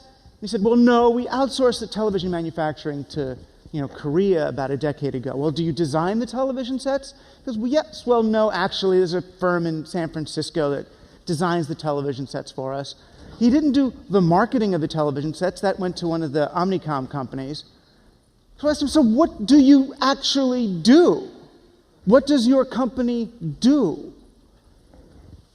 The company had no chance of becoming transparent Craigslist. They can't open the windows and interact with clientele because there was no one in the company to interact with that clientele. Right? There was just a balance sheet, a spreadsheet, and a few people outsourcing activities to other companies. Calls I would get, the companies I would go to, would leave me with the impression that the thing that we are doing best at is incompetence. Right? That we are consciously, actively incompetent. Our companies do not do the things that they do. Now, moving to become a transparent company is easy if there's something happening in the company.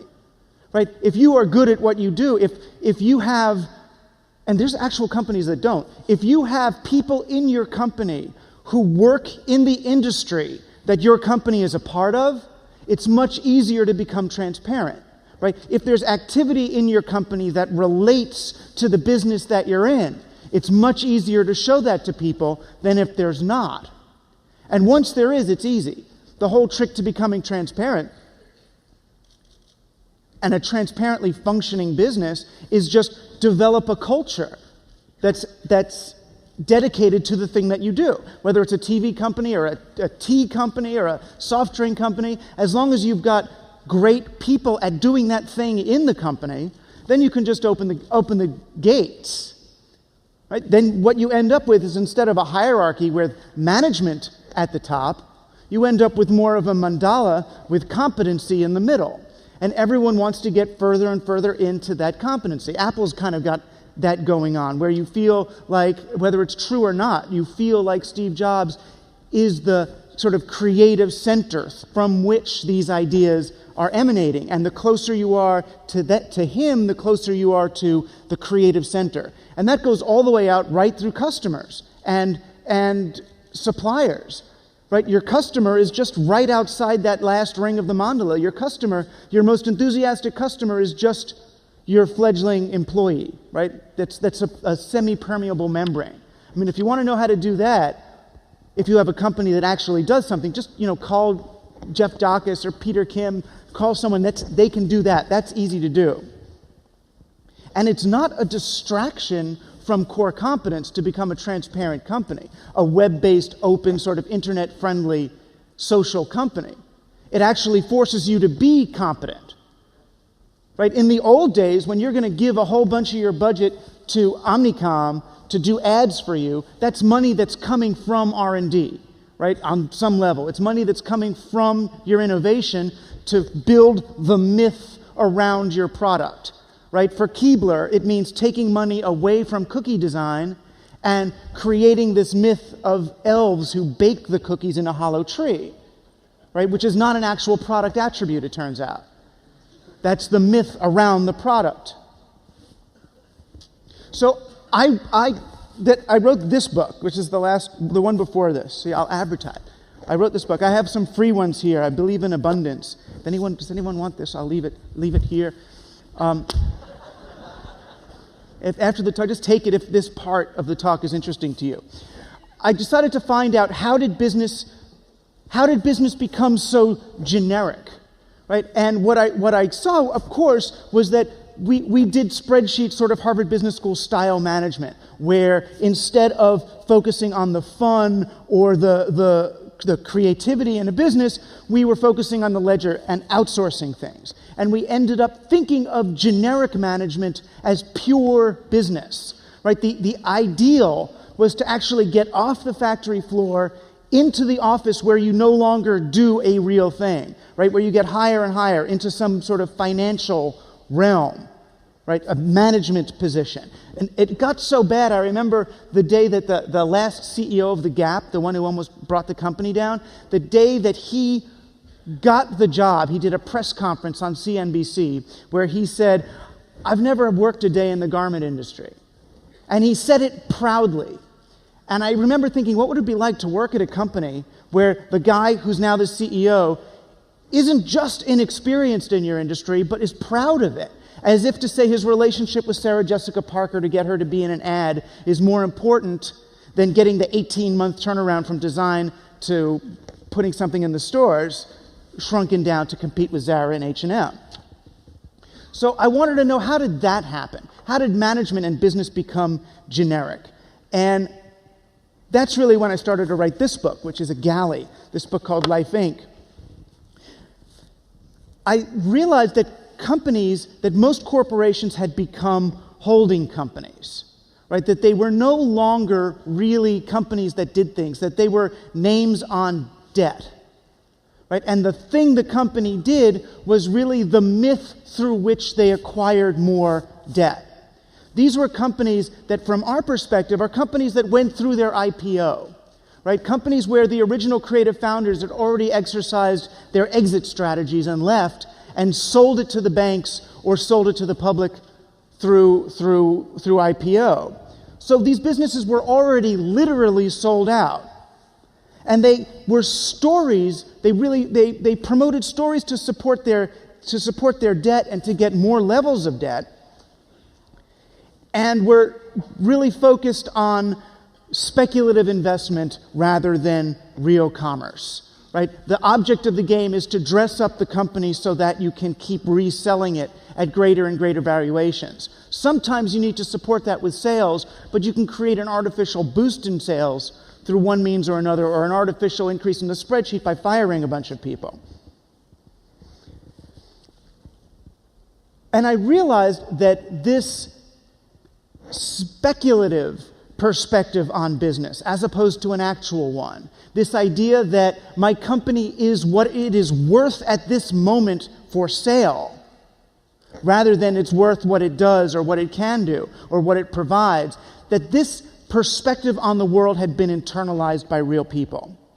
Right? I got mugged on Christmas Eve in Park Slope in front of my apartment. And I posted on the nice lefty Park Slope parents list where I had gotten mugged. It's sort of like the Berkeley parents list. This is good, crunchy folk, or so I thought. The first 2 emails I received on Christmas Eve after I had been mugged at gunpoint were, "How dare you post where you got mugged? Do you realize what that does for the property values on our block? You know, you, Rushkoff, as a renter, don't have anything at stake in doing that." So these people were more concerned about the moment-to-moment asset value of their home than they were making their neighborhood safer and actually having a more valuable home in the long term.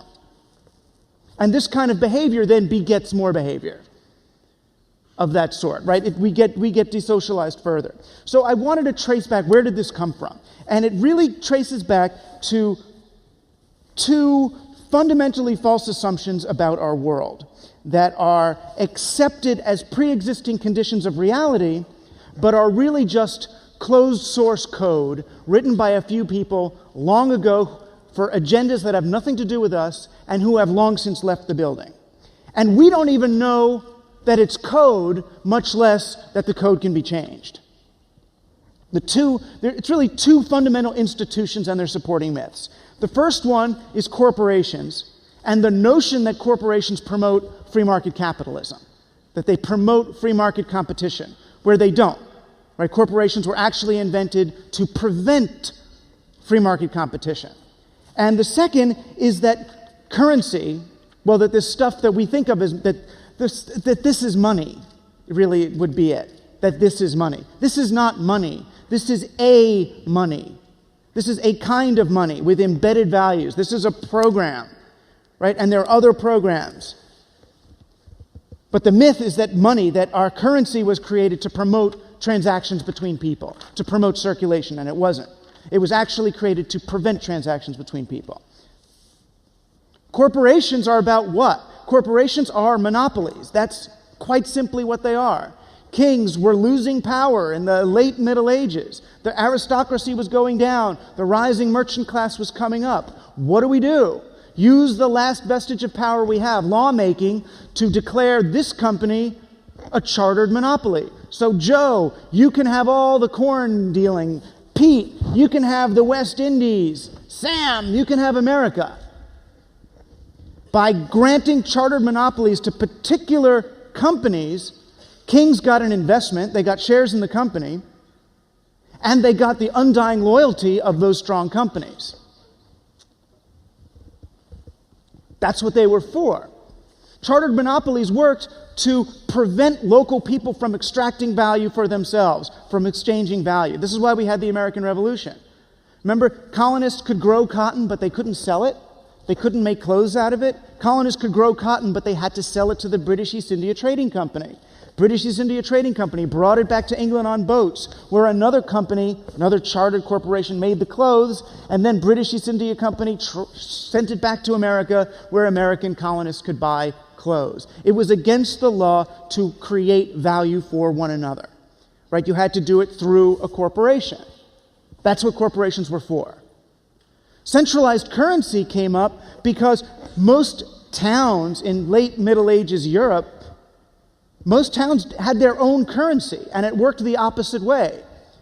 Local currencies generally worked. You would work on the farm, you'd bring your oats to the grain store, and you would get a receipt for the amount of oats that you brought in. Then you could tear up this receipt and trade it as money for other stuff from other people, and they knew what it was worth. This money actually lost value over time because some of the oats would be lost to rats or to spoilage. So what did people do with it? They spent it as quickly as possible. No one wanted to be left holding it. They kept reinvesting. Women were taller in late Middle Ages England than they are even to today. People worked less, they ate more. They had so much extra money, they built cathedrals. They called this the First Renaissance. The cathedrals of late Middle Ages Europe were not paid for by the Vatican. They were paid for by towns looking for ways to invest their abundant capital in the future.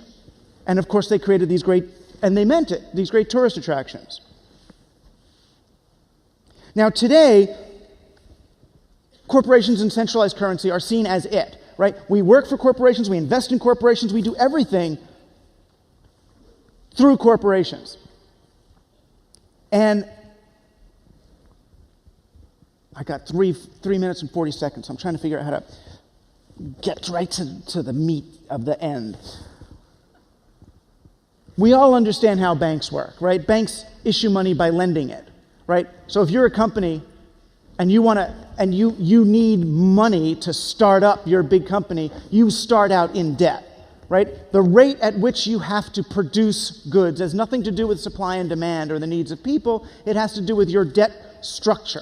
Right? The growth of your corporation depends on the interest rates that you're paying to your investors or to your bank. And that's where we are today, those two legacies. Now, the internet breaks this. It breaks down the whole thing. First, because with the internet you can't hide. Right? It's transparent, it breaks myths. Second, because of the dot-com crash. Right? The dot-com bubble really is what we're experiencing today. This is the crash. The dot-com bubble led to all of this more capital, all this more currency being printed and put into investment. When it crashed, that money needed somewhere to go. So where did it go? Into another asset class, real estate. And it made real estate more expensive than real people could afford it. So the money is looking for somewhere to go. Finally, the thing that the web did, Web 2.0 in particular, that's so beautiful, is it allows people to create value on the periphery again. It allows people to create value and exchange value without going through centralized corporations, without going through the middle again. Furthermore, central bank borrowing is no longer required. You don't need a lot of money to do a truly great startup. You don't need the VC. The only reason you take the VC is if you're going to go Ponzi with it, right? And try to get out. And it's a business model, but it's a different one. So banks have resorted to a Ponzi scheme mode, and now they're crashing and dying. Right? Because, not just because they went Ponzi scheme, but because they were so stupid they actually bought shares in their own Ponzi schemes. That's what happened. They forgot, right? It was the children of the original bankers. So what I'm looking at now, and the reason I'm hopeful, I think that currency itself is being reevaluated in the context of a free market ecology. PayPal tried. PayPal, those guys were smart. They tried. They had to change their business plan. The banks came down on them because they were going to do the service for free and just take the float. And banks said, oh, no, don't do that. That's our monopoly. Nah, don't mess there. But there have been local currencies that have worked. In Japan, during the long recession, they created elder care dollars. Right? People had time but no jobs and no money. So what they did was they would care for an old person in the town where they lived. They would accrue. They would earn money into existence, earn these elder care dollars. Then they could spend them on someone else taking care of their relatives far away. And even though the recession, well, it kind of ended, people still prefer using that as their health care. They find it's actually better care. And we don't just need, local currencies are easy. There's a restaurant in my town that wanted to expand to a second location. And he couldn't borrow any more money from the bank because the bank was going out of business. So we invested instead. The restaurant's called Comfort. If you put in $100, you get $120 to spend at the restaurant. And we're all going to spend it. We all go there. So we get a 20% return on our investment right away, and he gets money cheaper than he can get it from the bank. It's very easy to create currencies that are earned into existence instead of lent into existence. I have emails to Craig Newmark to do Craig bucks. It doesn't have to be local. Craig bucks. Can you imagine people doing stuff for Craig bucks instead? That you earn Craig bucks by porting someone else's stuff around, and then we build an alternative economy that way. Because the printing press modeled currency that we still use today, it's printing press modeled. Even if we're doing digital transactions, it's still modeled on the printing press. It's a business model based in scarcity. Right? In the late Middle Ages, people had a currency based on the abundance of what they could grow. Kings made that currency illegal. You kill people if you use it. And created instead a scarce currency based in gold and the imprimatur of the king, coin of the realm. This is at the heart of what everybody's talking about. We talk about it in the book industry. It's really easy to say, oh, well, books are scarce, but digital is free, and that's why the book industry is going to go away. Think of it, instead of books, think of it as money. Right? We're using a printing press currency based in artificial scarcity in a digital age characterized by abundance. And that is why the scarcity banking lending model doesn't work in a Web 2.0 universe. Of course the economy has cognitive dissonance.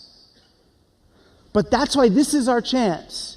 It really is our chance. If we walk the walk that we're talking, right? This is the opportunity for a net industry run by people looking to create value sustainably for one another, to actually make a living, which is not a disrespectable thing, to make a living rather than to cash out. To build and keep businesses rather than selling them off. Because once you sell, honestly, you are working for the bank, or at least your company is. The fun is over. And that, with my conclusion, I'll say that is the Booby Prize. Okay, thanks a lot. Thanks for having me.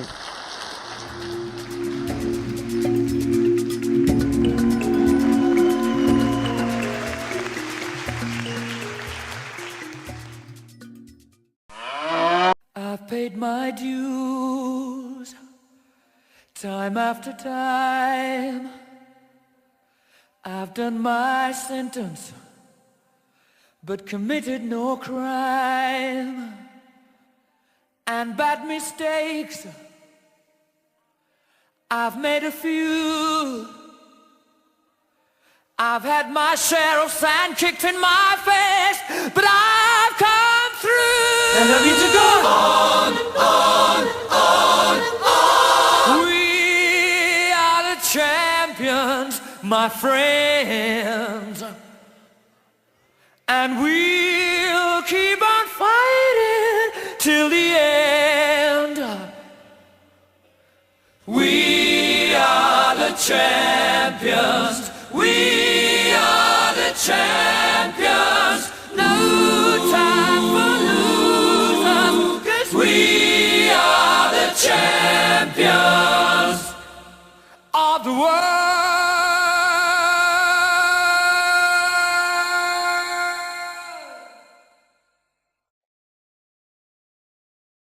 I've taken my bows and my curtain calls.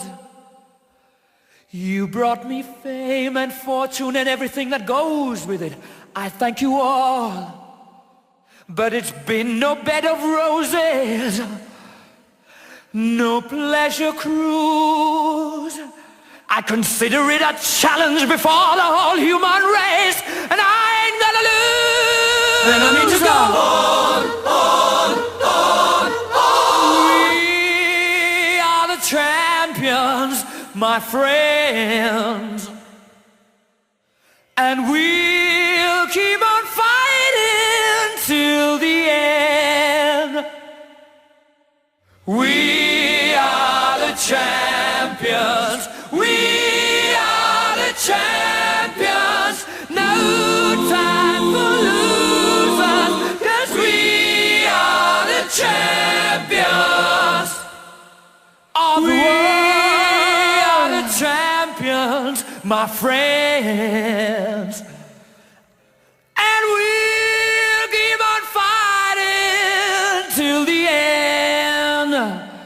Oh, we are the champions. We are the champions. No time for losers, 'cause we are the champions.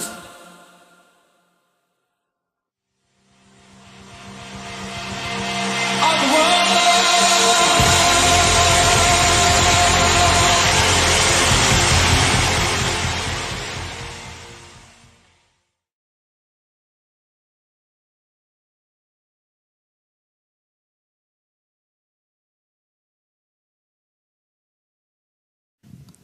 Go up by another factor of 1,000, you get to 1 billion. Carl Sagan's favorite number. In fact, if you bring your chin out and say the word billion, it sounds beautiful. We'll do it together on 3. Ready? First, stick your chin out. Okay, 1, 2, 3, billion. Oh, isn't that beautiful? That's just beautiful. That's just beautiful. That's a beautiful thing. Billion. That's a fun number. Anyone here 31 years old? Raise your hand. Got to be a few of you. Very nice. In this year of your life, you will live your billionth second. Yes, I'm geeky enough to have calculated this. 31 years, 259 days, 1 hour, 46 minutes, and 40 seconds. But you have to account for leap days and leap seconds, okay? I'm going to try to make an app that'll do this, but I haven't done it yet. I've been busy doing other things. But I celebrated my own billionth second with a really small glass of champagne. 50 of these billions, let's see, I think a neighbor of yours, he's a neighbor, right? Isn't he? He's like, you see him around town, I presume? Not, okay. His net worth is like $50 billion, plus or minus. I don't know if you know how much that is. I don't believe you know. You don't. In fact, I'm certain you don't, because I'm going to tell you.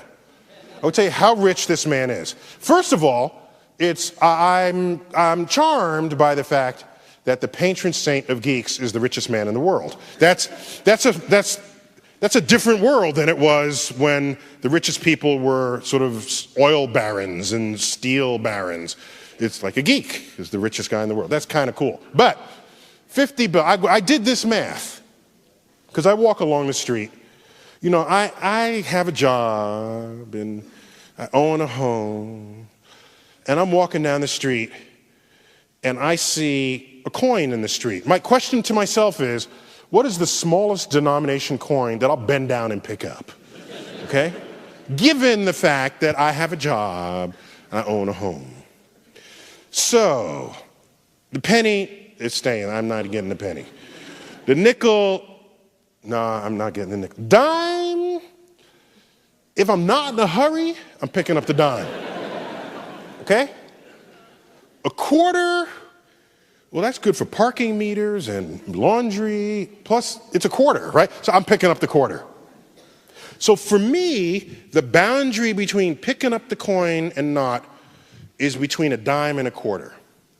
So I figured, let me ratio this up to that wealth and ask, how much money has to be laying in the street for Bill Gates to be too busy to pick it up? It's $45,000, okay? That's what it is. $45,000, I said, too busy. Somebody else get that. I got.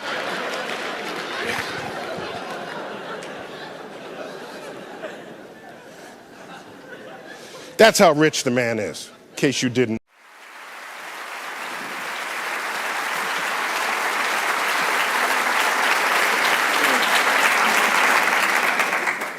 Thanks very much, and I'm grateful to you, only a little bit afraid that, like, where is blood, as to put it? We will start congratulating each other, you know. Okay, because it's pretty similar to what you said that I will try quickly to develop now. I would like to begin with Adorno, who, at the very beginning, again, of his 3 studies on Hegel, rejects this traditional patronizing question, what is still alive and what is dead in Hegel. According to Adorno, such a question presupposes an arrogant position of a judge who can graciously concede, yes, this is maybe still actual for us today. But Adorno points out, when we are dealing with a truly great philosopher, the question to be raised is not what can this philosopher tell us, but the opposite one. What are we, our contemporary situation, in his eyes? How would our epoch appear to his or her, of course, thought? And the same should be done with communism. Instead of asking the obvious stupid question, but is the idea of communism still pertinent today? Can it still be used as a tool for the analysis and political practice? One should ask, I think, the opposite question. How does our predicament today look from the perspective of the communist idea? This is the dialectic of the old and the new. It is those who propose almost every week new terms to grasp what is going on today. Postmodern society, risk society, post-industrial society, informational society. They, I think, miss what is really new.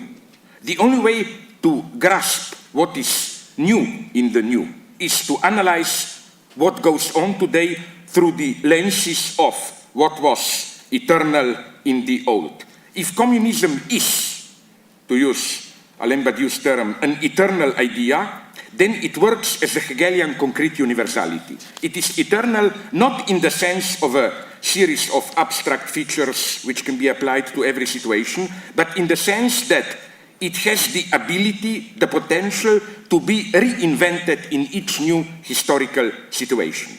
So, my first conclusion, to be true to what is eternal in communism, that is to say, to this drive towards radical emancipation which persists in the entire history from ancient times of Spartacus and so on, to keep this universal idea alive, one has to reinvent it again and again. And this holds especially today. In 1990, a certain epoch, the epoch of the 20th century communist struggle, was over. One should think to the end this rupture. One should lay the foundations for a new beginning. As Lenin put it, one should begin from the beginning again.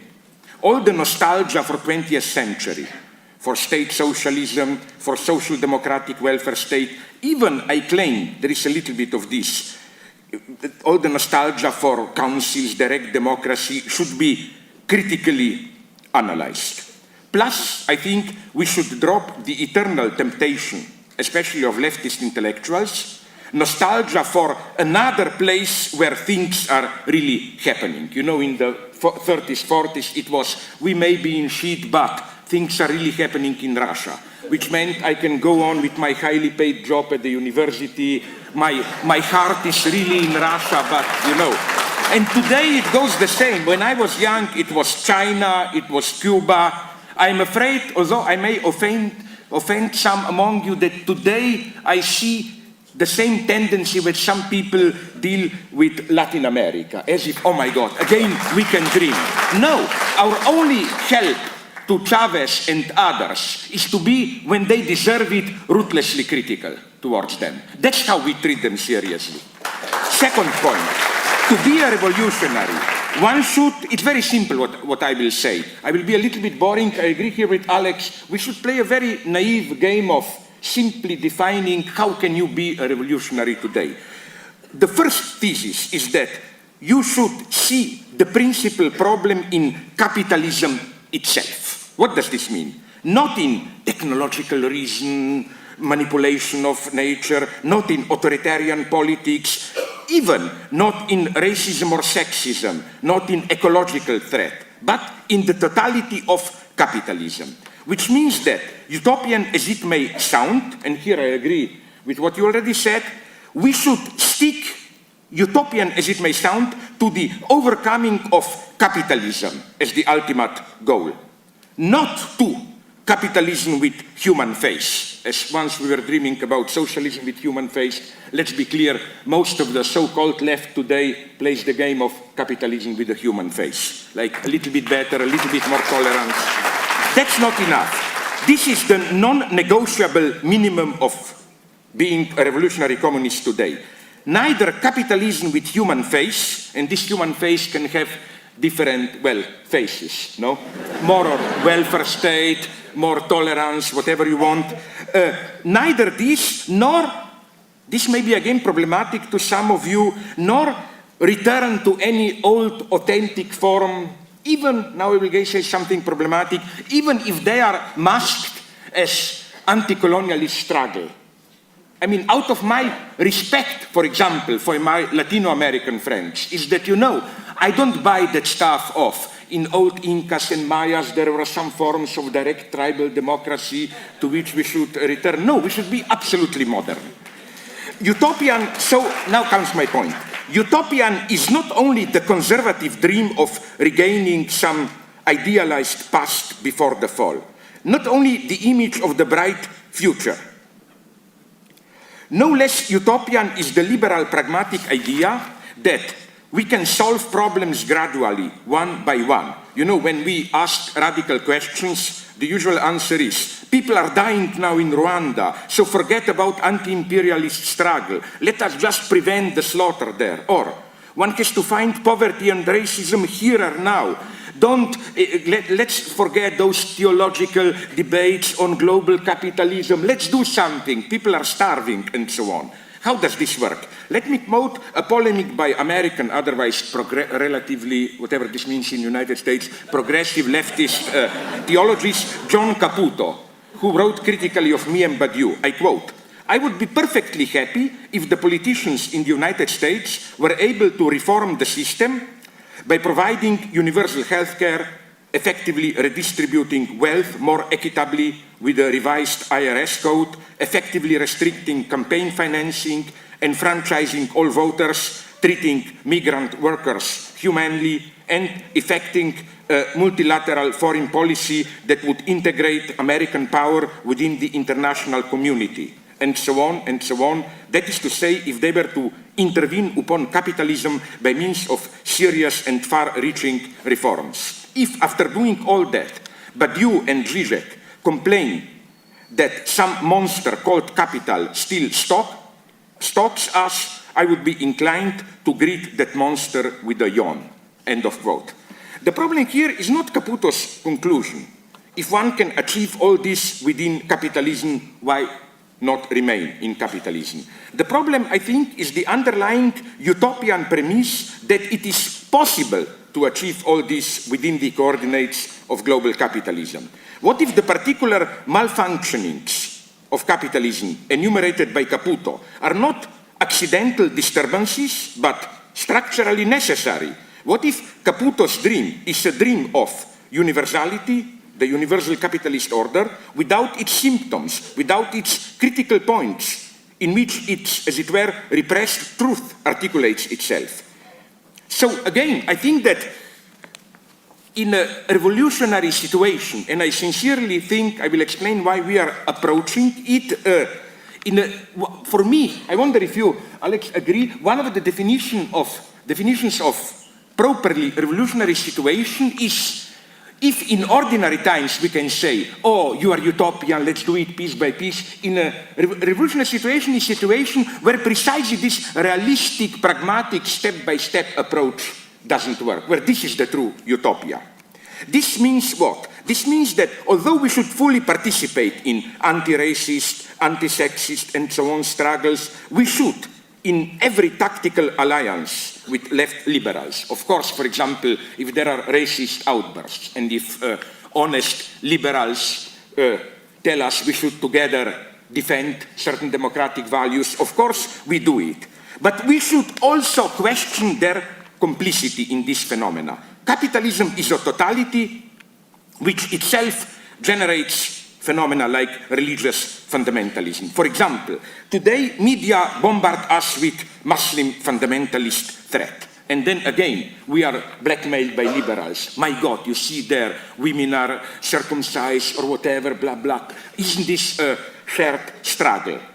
Of course, up to a point we should participate, but we should ask nonetheless a simple question. Where does this rise of so-called fundamentalism come? Is the rise of radical Islamism not exactly correlative to the disappearance of the secular left in Muslim countries? Today, when Afghanistan is portrayed as the utmost Islamic fundamentalist country, who still remember, we are unfortunately old enough to remember that 30, 40 years ago, who knows, it was a country with extremely strong secular tradition, up to a powerful communist party, which took power there independently of the Soviet Union.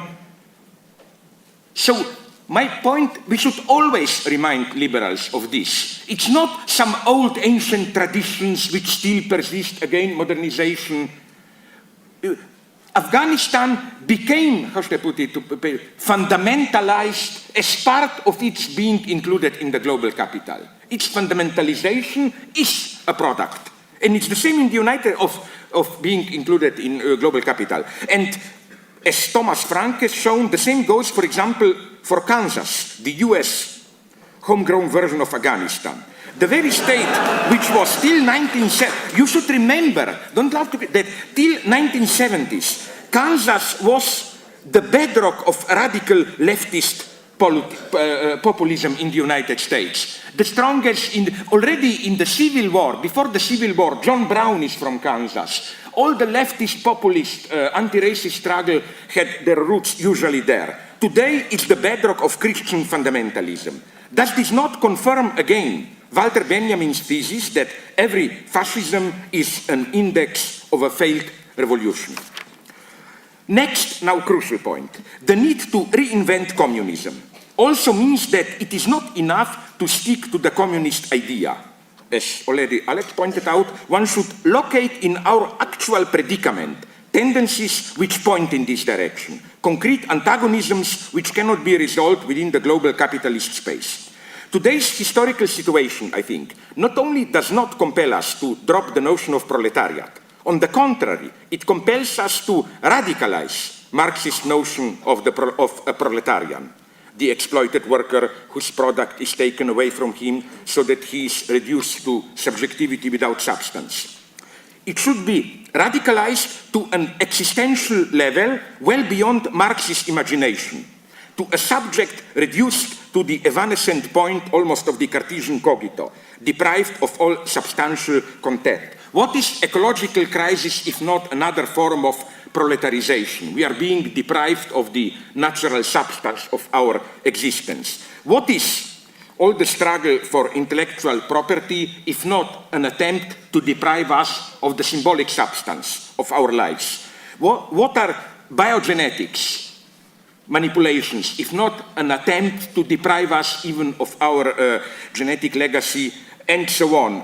The same goes for slum dwellers and other living dead deprived of the most elementary conditions of life, even at the psychological level, the so-called post-traumatic subjects, the living dead, deprived of their substance. So I claim we should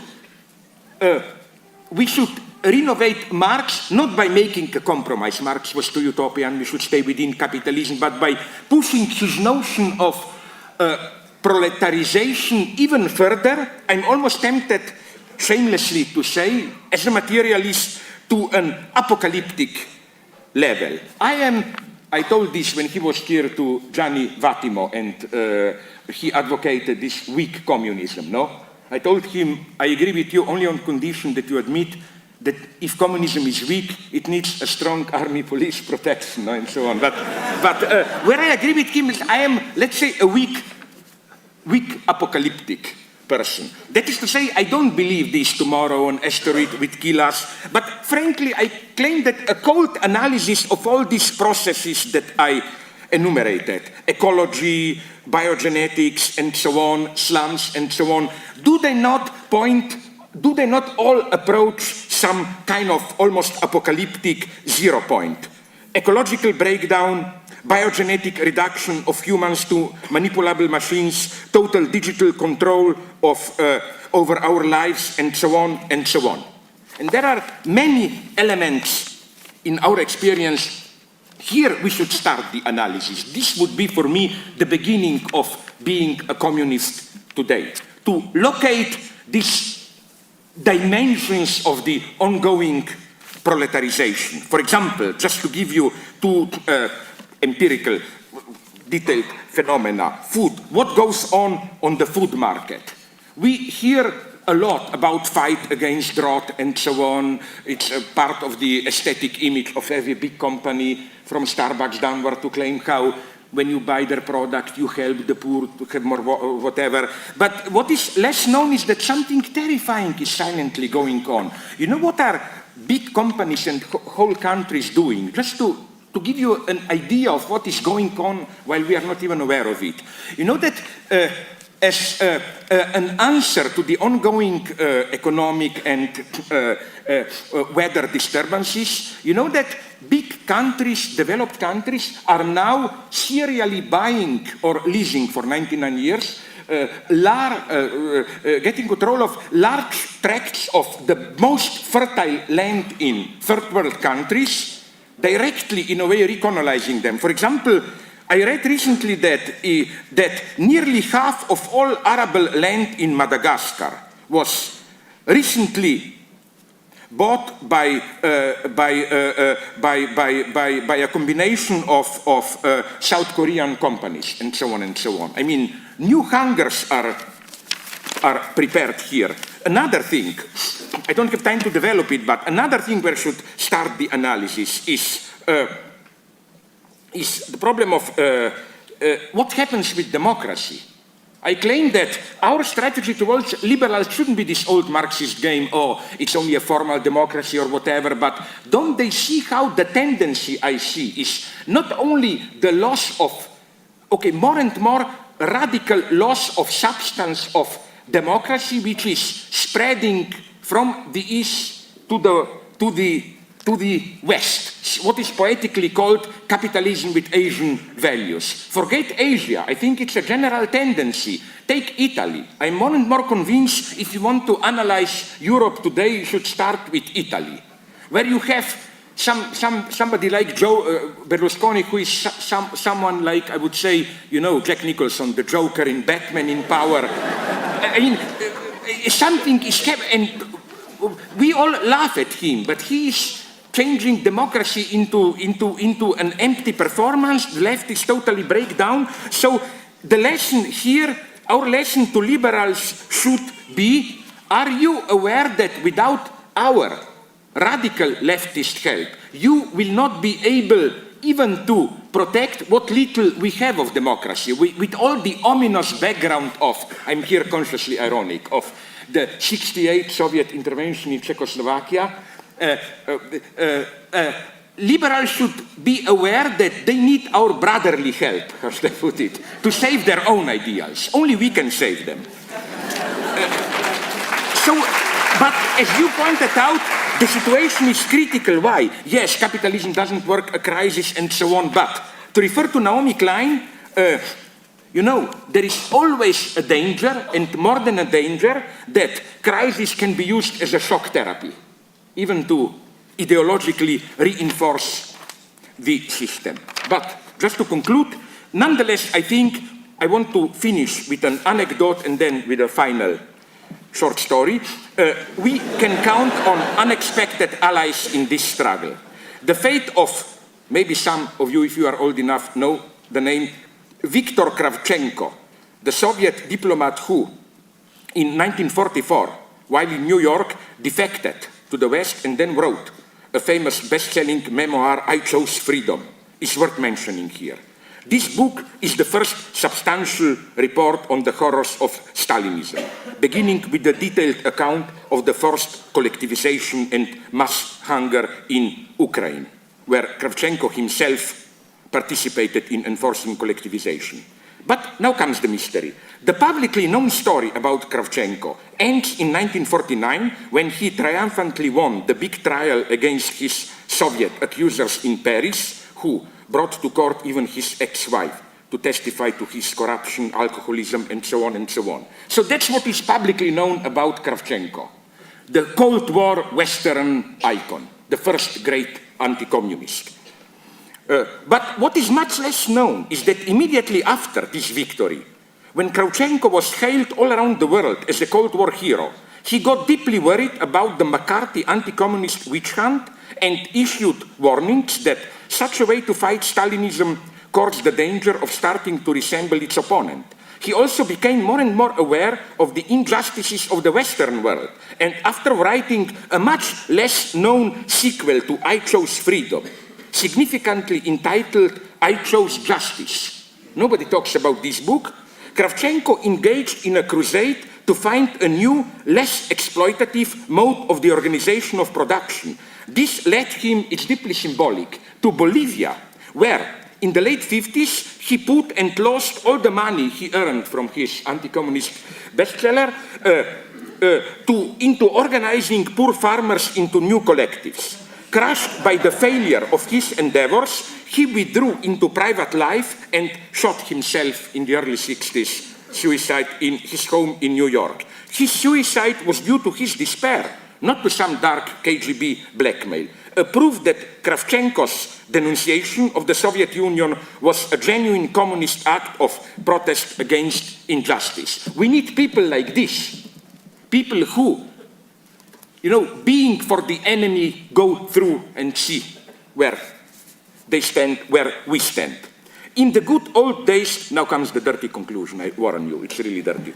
In the good old days of really existing socialism, a joke was popular among dissidents. A joke used to illustrate the futility of their protests.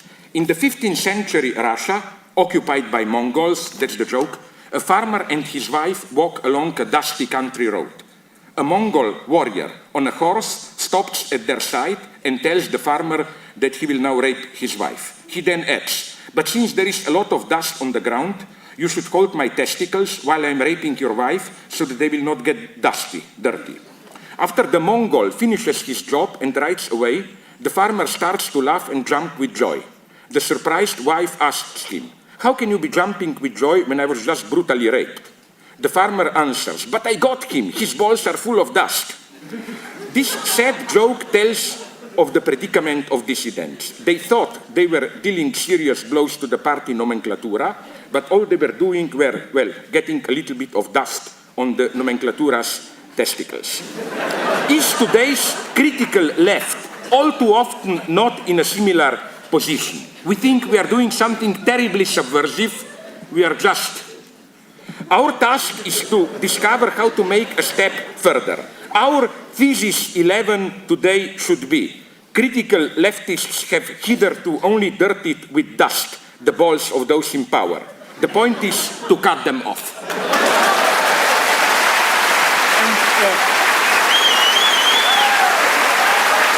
We can. Don't be too pessimistic here, I claim it will be done in a proper, peaceful, ideological struggle. They will not even be aware of it. They will still shout at us, but all of a sudden their voices will get higher. How should I put it? No, thank you very much.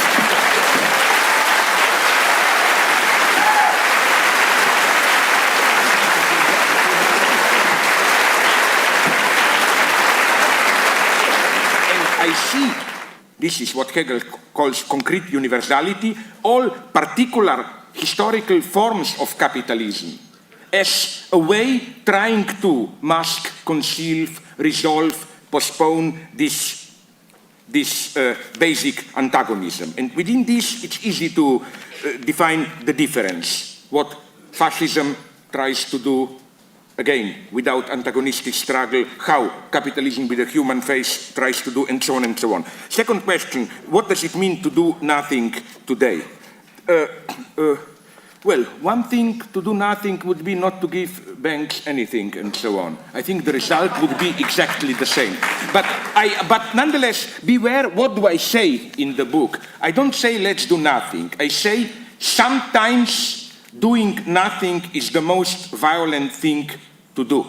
What I try to draw attention to is what? Everybody who knows me knows that I'm obsessional neurotic. What does this mean? Obsessional neurotic is active all the time, not in order to achieve something, but just to keep things the same. Like I remember when I was in psychoanalysis, I was talking all the time like crazy to my analyst. Why? Because I didn't want anything to change. I wanted to make it sure that if I talk all the time, the analyst will not even have time to ask me an embarrassing question too. I claim that often with our critical activity, blah, blah, we are hyperactive just to make it sure that nothing will change, how should I put it. And sometimes when all of a sudden, you know, you do nothing, there is a kind of an ominous moment of awareness. Then that problem, a nice question about how to collaborate with liberals, bad faith, and so on. I'm sorry if I gave the impression that I was dealing with politics of this kind of a communist suspicion in the Popular Front. On the opposite, we should, when we have, for example, racist struggle, we should be absolutely 100% solidary. It's not like we are up to you liberals to a certain point, but we have our class struggle reserve or whatever. Our message to liberals should be, we know what you want if you are anti-racist, and we are more what you want to be than you yourself are. I didn't mean this kind of compromising, we are not fully against racism, but for example, we are able to show a liberal to detect racism where he will not be aware. Let me, so that I don't lose time, a wonderful thing that, wonderful in the sense of analysis, otherwise horrible, happened in the United States some 3-4 years ago. Maybe you remember it was widely reported in the media. I think it was this Cambridge, Boston, Massachusetts University, an Indian couple from India, not Native Americans, high-paid programmers, and there was, you remember, she was celebrated in England, an English nanny, who I think by neglect caused their death.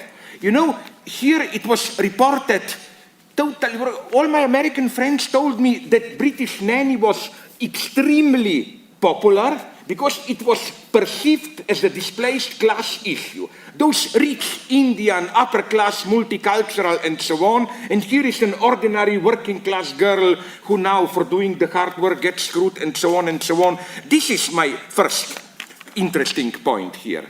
To what extent feminist struggle, multicultural struggle, and so on are, how should I put it, are over-determined by a class dimension. So to me, the problem is not so much to convince liberals. It's much more difficult, that's the harshest struggle today, to convince working class, which is fundamentalist and so on. Let me be brutally clear to provoke maybe a reaction. You know, sometimes when I read leftist analysis, it is as if anti-immigrant politics is some kind of a, I don't know, imperialist invention to screw ordinary people. No, sorry, it's mostly, okay, not so spontaneous, but nonetheless, it's a typically working class, working class, spontaneous, ideological working class reaction, which then allows upper classes to be multiculturalist, open, and so on, and so on, and so on. Things are more complex here. Okay, Norway question. The tyranny of decency. This is a very, I'm so sad I don't have time to develop it because I'm almost tempted to go into the defense of decency. I think those old times where bourgeois, high bourgeois were decent and working class was vulgar, I think they are over. I think the elites are today more and more vulgar and so on. But it's, again, against state, the question of state. No, I think that what we should also question, if there is a lesson, it's the big opposite of state, as they hinted. I think we should drop this myth that, you know, every form of state mediation is bad and we need some kind of a council direct democracy. Let's face it, you cannot organize entire society in this way. This is a problem. Now, the question of, I'm coming to the end. Yeah. How to cut, now it's again, you should allow me this one. How to cut off the balls, no? You know, okay, I will not be tasteless, but I will a little bit tasteless to go. Of course, there are different modalities. Maybe the illusion of 20th century was that you grab them and directly cut them. But I think there are different ways. I agree here with the idea that maybe sometimes precisely small measures function. Like you say, oh, we don't want to cut your balls, we will just help them to thrive better with small reforms, and then everybody is happy, and then all of a sudden the capitalists look down, where are my balls? You know what I mean?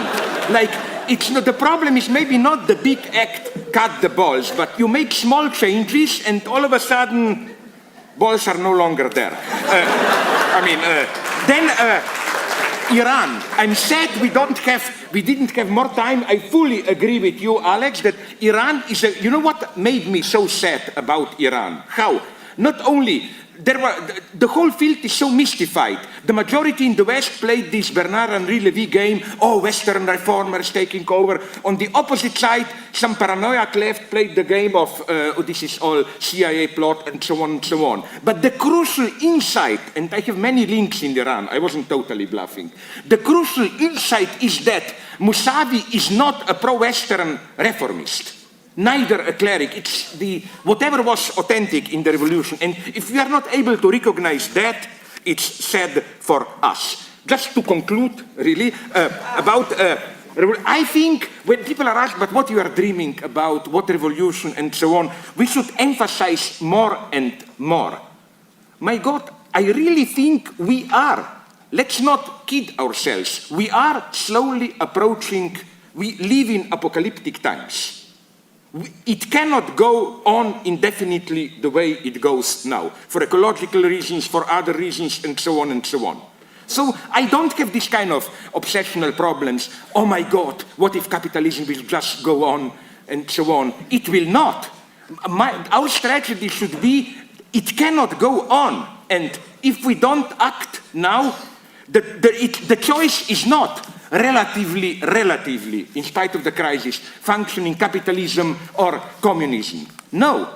The problem is that if things are let to their own run, we will awaken in a new like Berlusconi turned half-crazy dictator. We will awaken all of a sudden in a terrifying society, and that's on what we should insist. So that I don't have this kind of a problem. What if things go on relatively happy? Who will be for a revolution? The true danger I see if things are led to themselves, there will be a catastrophe. That's my pessimistic view. Thank you very much.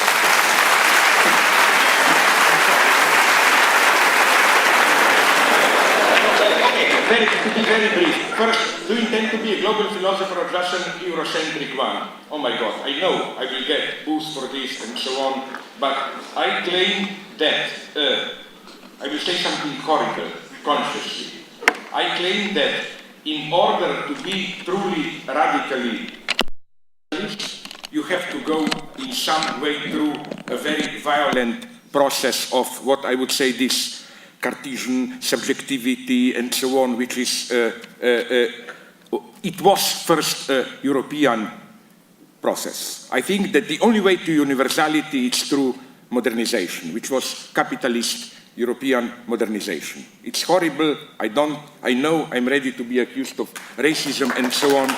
I think that it's time for us leftists not to be afraid of what is great in European legacy. The greatest moment of modernity, there is nothing to be ashamed of. Modernity is not just slavery. Modernity is when Descartes says, the beginning of my philosophy was, first I was an idiot and laughed at others, other cultures. Then I asked myself, but what if my customs are in the same way idiotic for the others' view, and so on and so on. This is the beginning of modernity, European modernity, to experience your own cultural background as something ultimately contingent, irrelevant, and so on. I know it has its limitations and so on, but to fight them, it's even more radically being that. Socialism in Poland and all those countries. Well, I can tell you, not so bad. Recently, the danger is almost the opposite one, that because of the recent troubles, large strata of population even have some wrong, misleading nostalgia for real socialist system. Like there was a recent opinion poll where over 1/3 of East Germans prefer the wall and so on and so on. So it's more complex. It's absolutely no longer true that East Europeans are simply against socialism because they knew what it is and so on and so on. State, I think nonetheless, my God, let's be realistic here. I am ready, yes, I agree with the whole idea of we should be ultimately against the state, but I totally agree with what Alex said, we should ruthlessly use power. The whole wager of communist revolutionaries is that you can make state work against itself, how should I put it. But nonetheless, my God, now I will be a modest British empiricist. Aren't there some problems here? Do we really know how to move outside state and so on? Let's just admit that we don't have even a clear idea apart from this, self-association of free people and so on, how to do this. Then I will be very brief. This question of spontaneity, working class and so on. I'm afraid we don't have time. This would have been a real debate. I'm a little bit more pessimist here. Pessimist in the sense that, my God, let's look at the history of anti-Semitism. You know that if you look when it started in 11th, 12th century, it was unfortunately from below.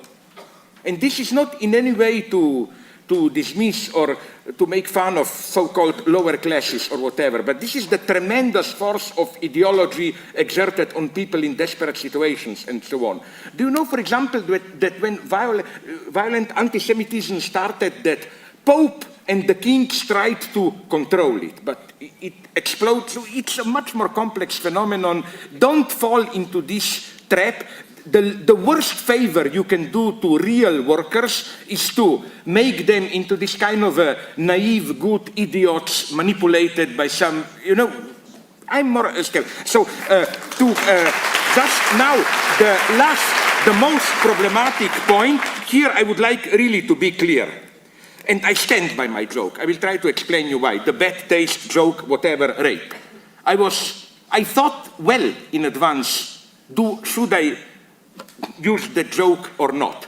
The first reason I did is that at least if you read the content, it's not in any way making fun of or, in any way against the raped woman. It's on the contrary, my God. The structure of the joke is that the so-called progressive intellectual, in order to score his small narcissistic point, oh, I dusted the balls, totally ignores the suffering there. That's the whole point of the joke. I cannot, and now you can still say, so it's precisely, that's the whole point. Now, to go even a step further, now you will say, I know, and you have the right to say this, but nonetheless, the topic is rape.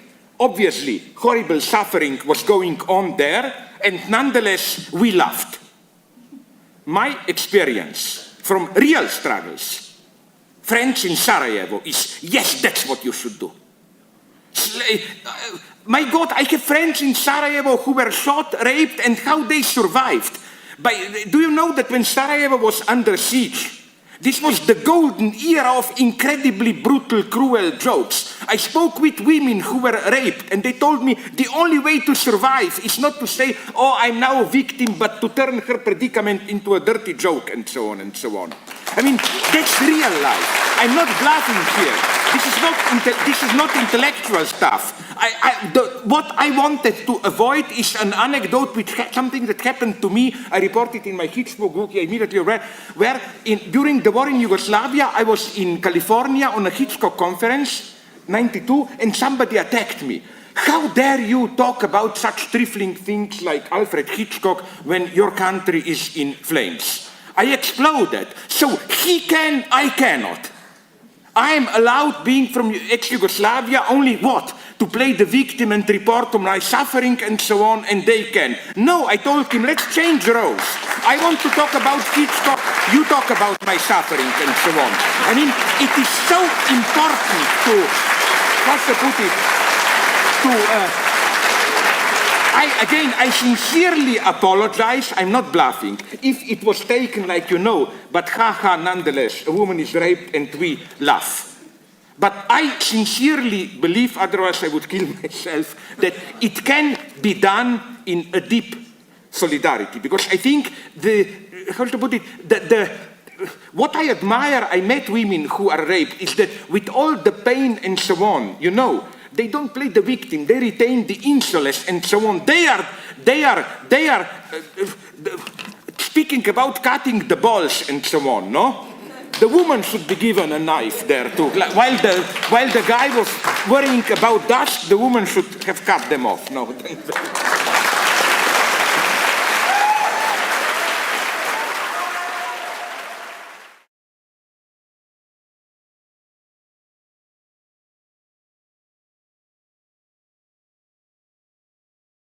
What we're gonna do right here is go back, way back into time, when the only people that existed were troglodytes, cavemen, cave women, Neanderthal, troglodytes. Let's take the average caveman at home, listening to his stereo.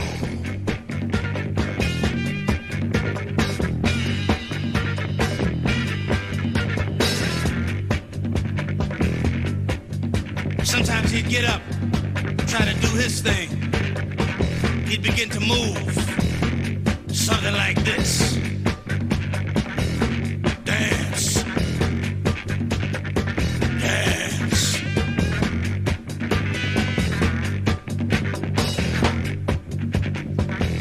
When he got tired of dancing alone, he'd look in the mirror, he'd say, gotta find a woman, gotta find a woman, gotta find a woman, gotta find a woman. He'd go down to the lake where all the girls would be swimming or washing clothes or something. He'd look around and just reach in and grab one. Come here. Come here. He'd grab her by the hair. You can't do that today, fellas, because it might come off. You'd have a piece of hair in your hand, she'd be swimming away from you. This one woman just laid there, wet and frightened. He said, move. Move. She got up. She was a big woman. Big woman. Her name was Bertha. Bertha Butt. One of the Butt sisters. He didn't care. He looked up, he said, sock it to me, sock it to me, sock it to me, sock it to me, sock it to me, sock it to me, sock it to me, sock it to me. She looked down on him. She was ready to crush him, but she began to like him. She said, I'll sock it to you, daddy. He said, what? She said, I'll sock it to you, daddy. You know what he said? He started it all way back then. I ain't gonna lie to you. When she said, I'll sock it to you, daddy, he said, right on. Right on. Hot pants. Hot pants.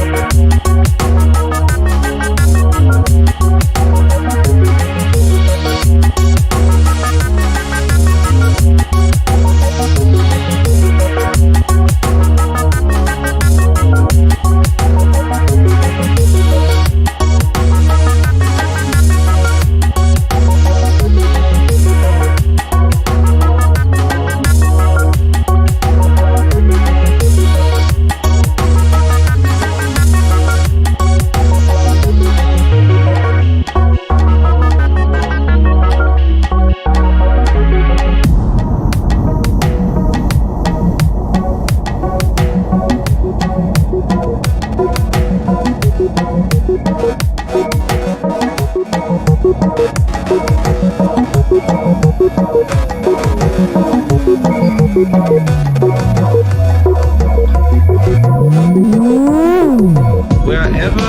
the human organism gets into a certain kind of extreme, it starts an oscillating process,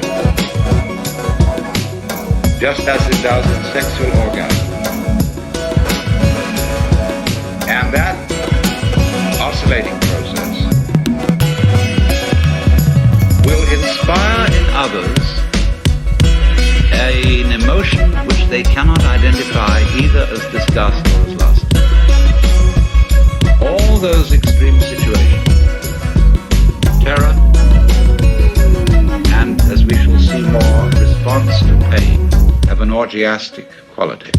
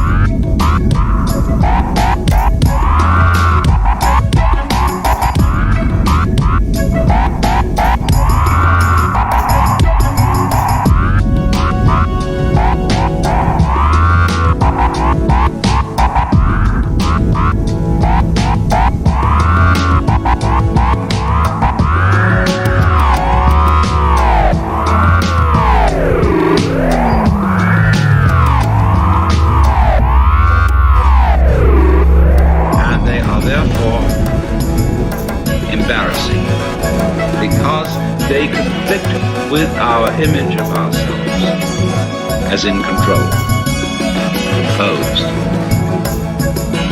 deported. That's in the sense of deportment.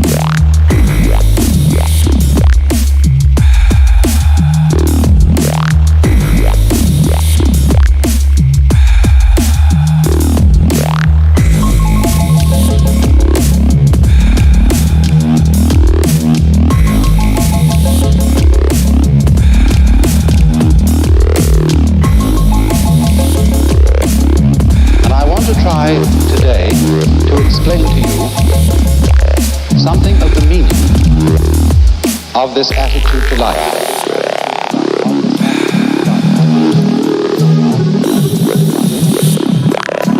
And this other part of the character is, first of all, a sign meaning the human eye. Then you put legs on it, the activity of the eye, and that means seeing.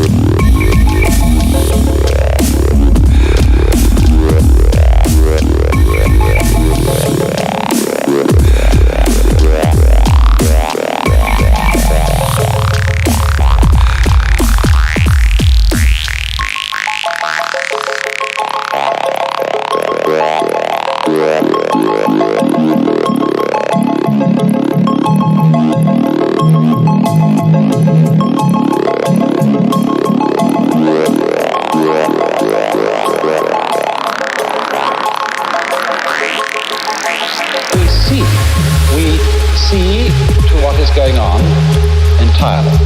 We take in a volume when we see. We take in a great area. Nature is a volume rather than something strung out in a line. Strung out in a line. Strung out in a line. Strung out in a line.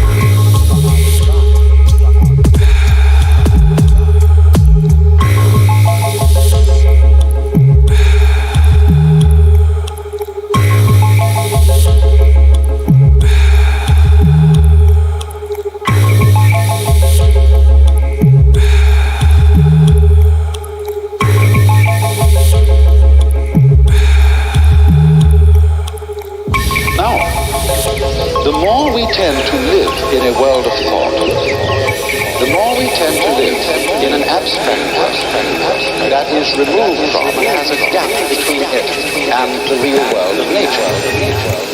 And as a result, we tend to live in a world that is in some ways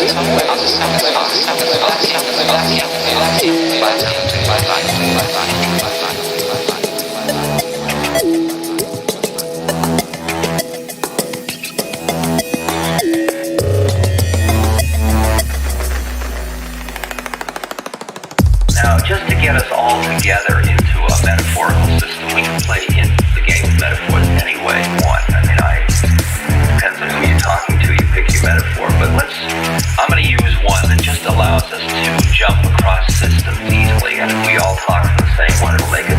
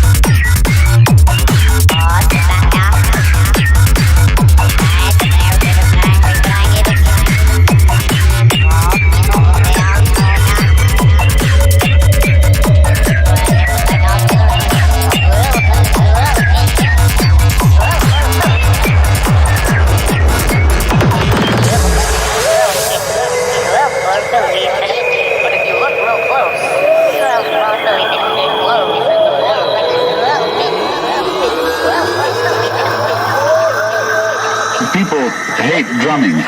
Every time people start playing the conga drums, they call the police.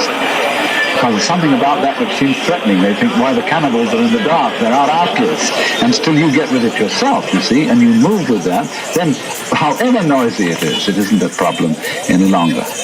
But you have to see the suchness of it first, that it is just doing this kind of a